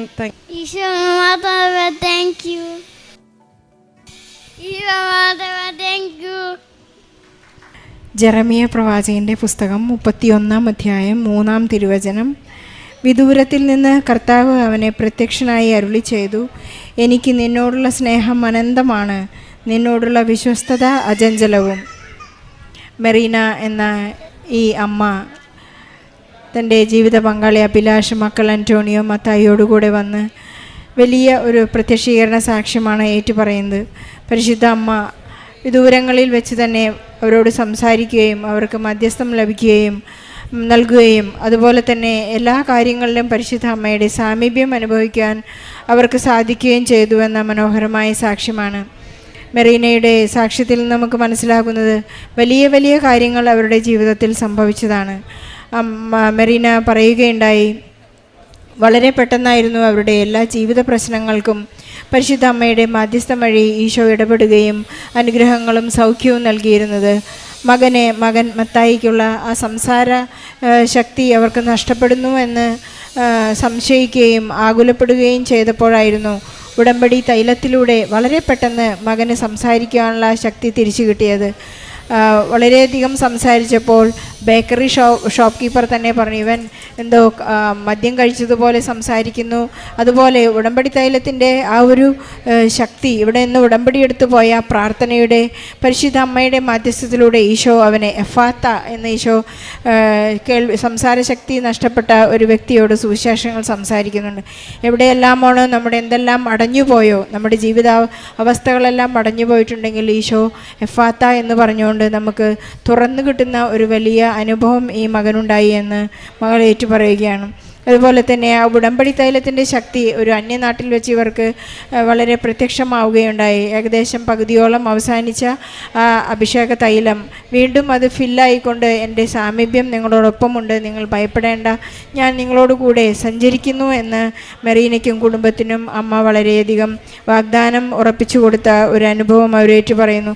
അതുപോലെ തന്നെ വലിയ ഒരു അനുഭവമാണ് അവർക്ക് ആഗ്ര ടെസ്റ്റ് രജിസ്ട്രേഷനെ കുറിച്ച് എന്തു ചെയ്യും എന്നുള്ളൊരു ആവലാതിപ്പെട്ടുകൊണ്ടിരുന്ന ഒരു സമയത്ത് ഒരു എയർപോർട്ടിൽ വെച്ച് ഒരു സഹോദരൻ അവരെ വന്ന് അവരുടെ കാര്യങ്ങളിൽ ഇടപെടുകയും അതിനെക്കുറിച്ചുള്ള ഒരു കൃത്യമായ അറിയിപ്പ് അവർക്ക് നൽകുകയും ചെയ്തത്. നിങ്ങൾക്ക് മുൻപേ ദൂതനെ അയക്കുമെന്ന് സുവിശേഷങ്ങളിലൂടെ വചനത്തിലൂടെ നാം വായിച്ചെടുക്കുമ്പോൾ അതൊരു സത്യമാണ്.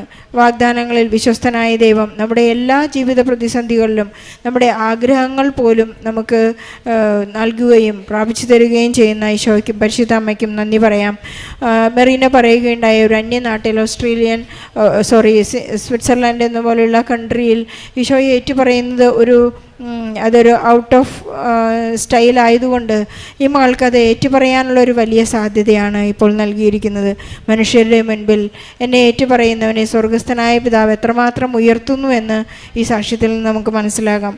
അതുപോലെ തന്നെ അന്യരാജ്യത്ത് ചെല്ലുമ്പോൾ ഞാൻ എങ്ങനെ ഇസ്രായേൽക്കാർക്കുള്ളൊരു അനുഭവമാണ്. ബാബിലോണിൻ്റെ തീരത്തിരുന്ന് ഇസ്രായേലിനെ ഓർത്ത് ഞങ്ങൾ കരഞ്ഞു. അവിടെ ഞങ്ങളെ പിടിച്ചുകൊണ്ടുപോയവർ സിയോനിലെ ചില ഗാനങ്ങൾ ആലപിക്കുക എന്നെല്ലാം പറഞ്ഞപ്പോൾ ഞങ്ങൾ കണ്ണീരോർ സിയോനെ ഓർത്ത് ഞങ്ങൾ കരഞ്ഞു എന്നൊക്കെ നമ്മൾ വചനങ്ങളിൽ വായിച്ചെടുക്കുന്നു. നമ്മെ ഇവിടെ നിന്ന് ഉടമ്പടി എടുത്തു പോകുന്നത് വലിയ ഒരു മിഷൻ പ്രവർത്തനമായിട്ടാണ്. കഴിഞ്ഞ ദിവസത്തെ ഉടമ്പടി ധ്യാനത്തിൽ അച്ഛൻ നമ്മോട് ജോസഫ് അച്ഛൻ ഓർമ്മിപ്പിക്കുകയായിരുന്നു, മാമോദീസയിലൂടെ നാം മിഷണറിയായി തീരുകയാണെന്നുള്ള ഒരു വലിയ സന്ദേശം അച്ഛൻ നൽകുകയായിരുന്നു. അത് കത്തോലിക്ക സഭ തന്നെ നമ്മെ അനുവദിക്കുന്ന ഒരു വലിയ കാര്യമാണ്. നാം അന്യദേശത്താണെങ്കിൽ ഈശോയെ അവിടെ പരിചയപ്പെടുത്തി കൊടുക്കുക, അവരുടെ വിശ്വാസത്തെ ആഴപ്പെടുത്തുക എന്നുള്ളൊരു വലിയ ഉത്തരവാദിത്വം കൂടി നമുക്കുണ്ട്. മെറീനയ്ക്കും അഭിലാഷിനും അവരുടെ കുടുംബത്തിന് ലഭിച്ച എല്ലാ അനുഗ്രഹങ്ങൾക്കും നന്ദി പറഞ്ഞുകൊണ്ട് ഒരു നല്ല കയ്യടിയോടെ ഈ സാക്ഷ്യം നമുക്ക് സമർപ്പിക്കാം.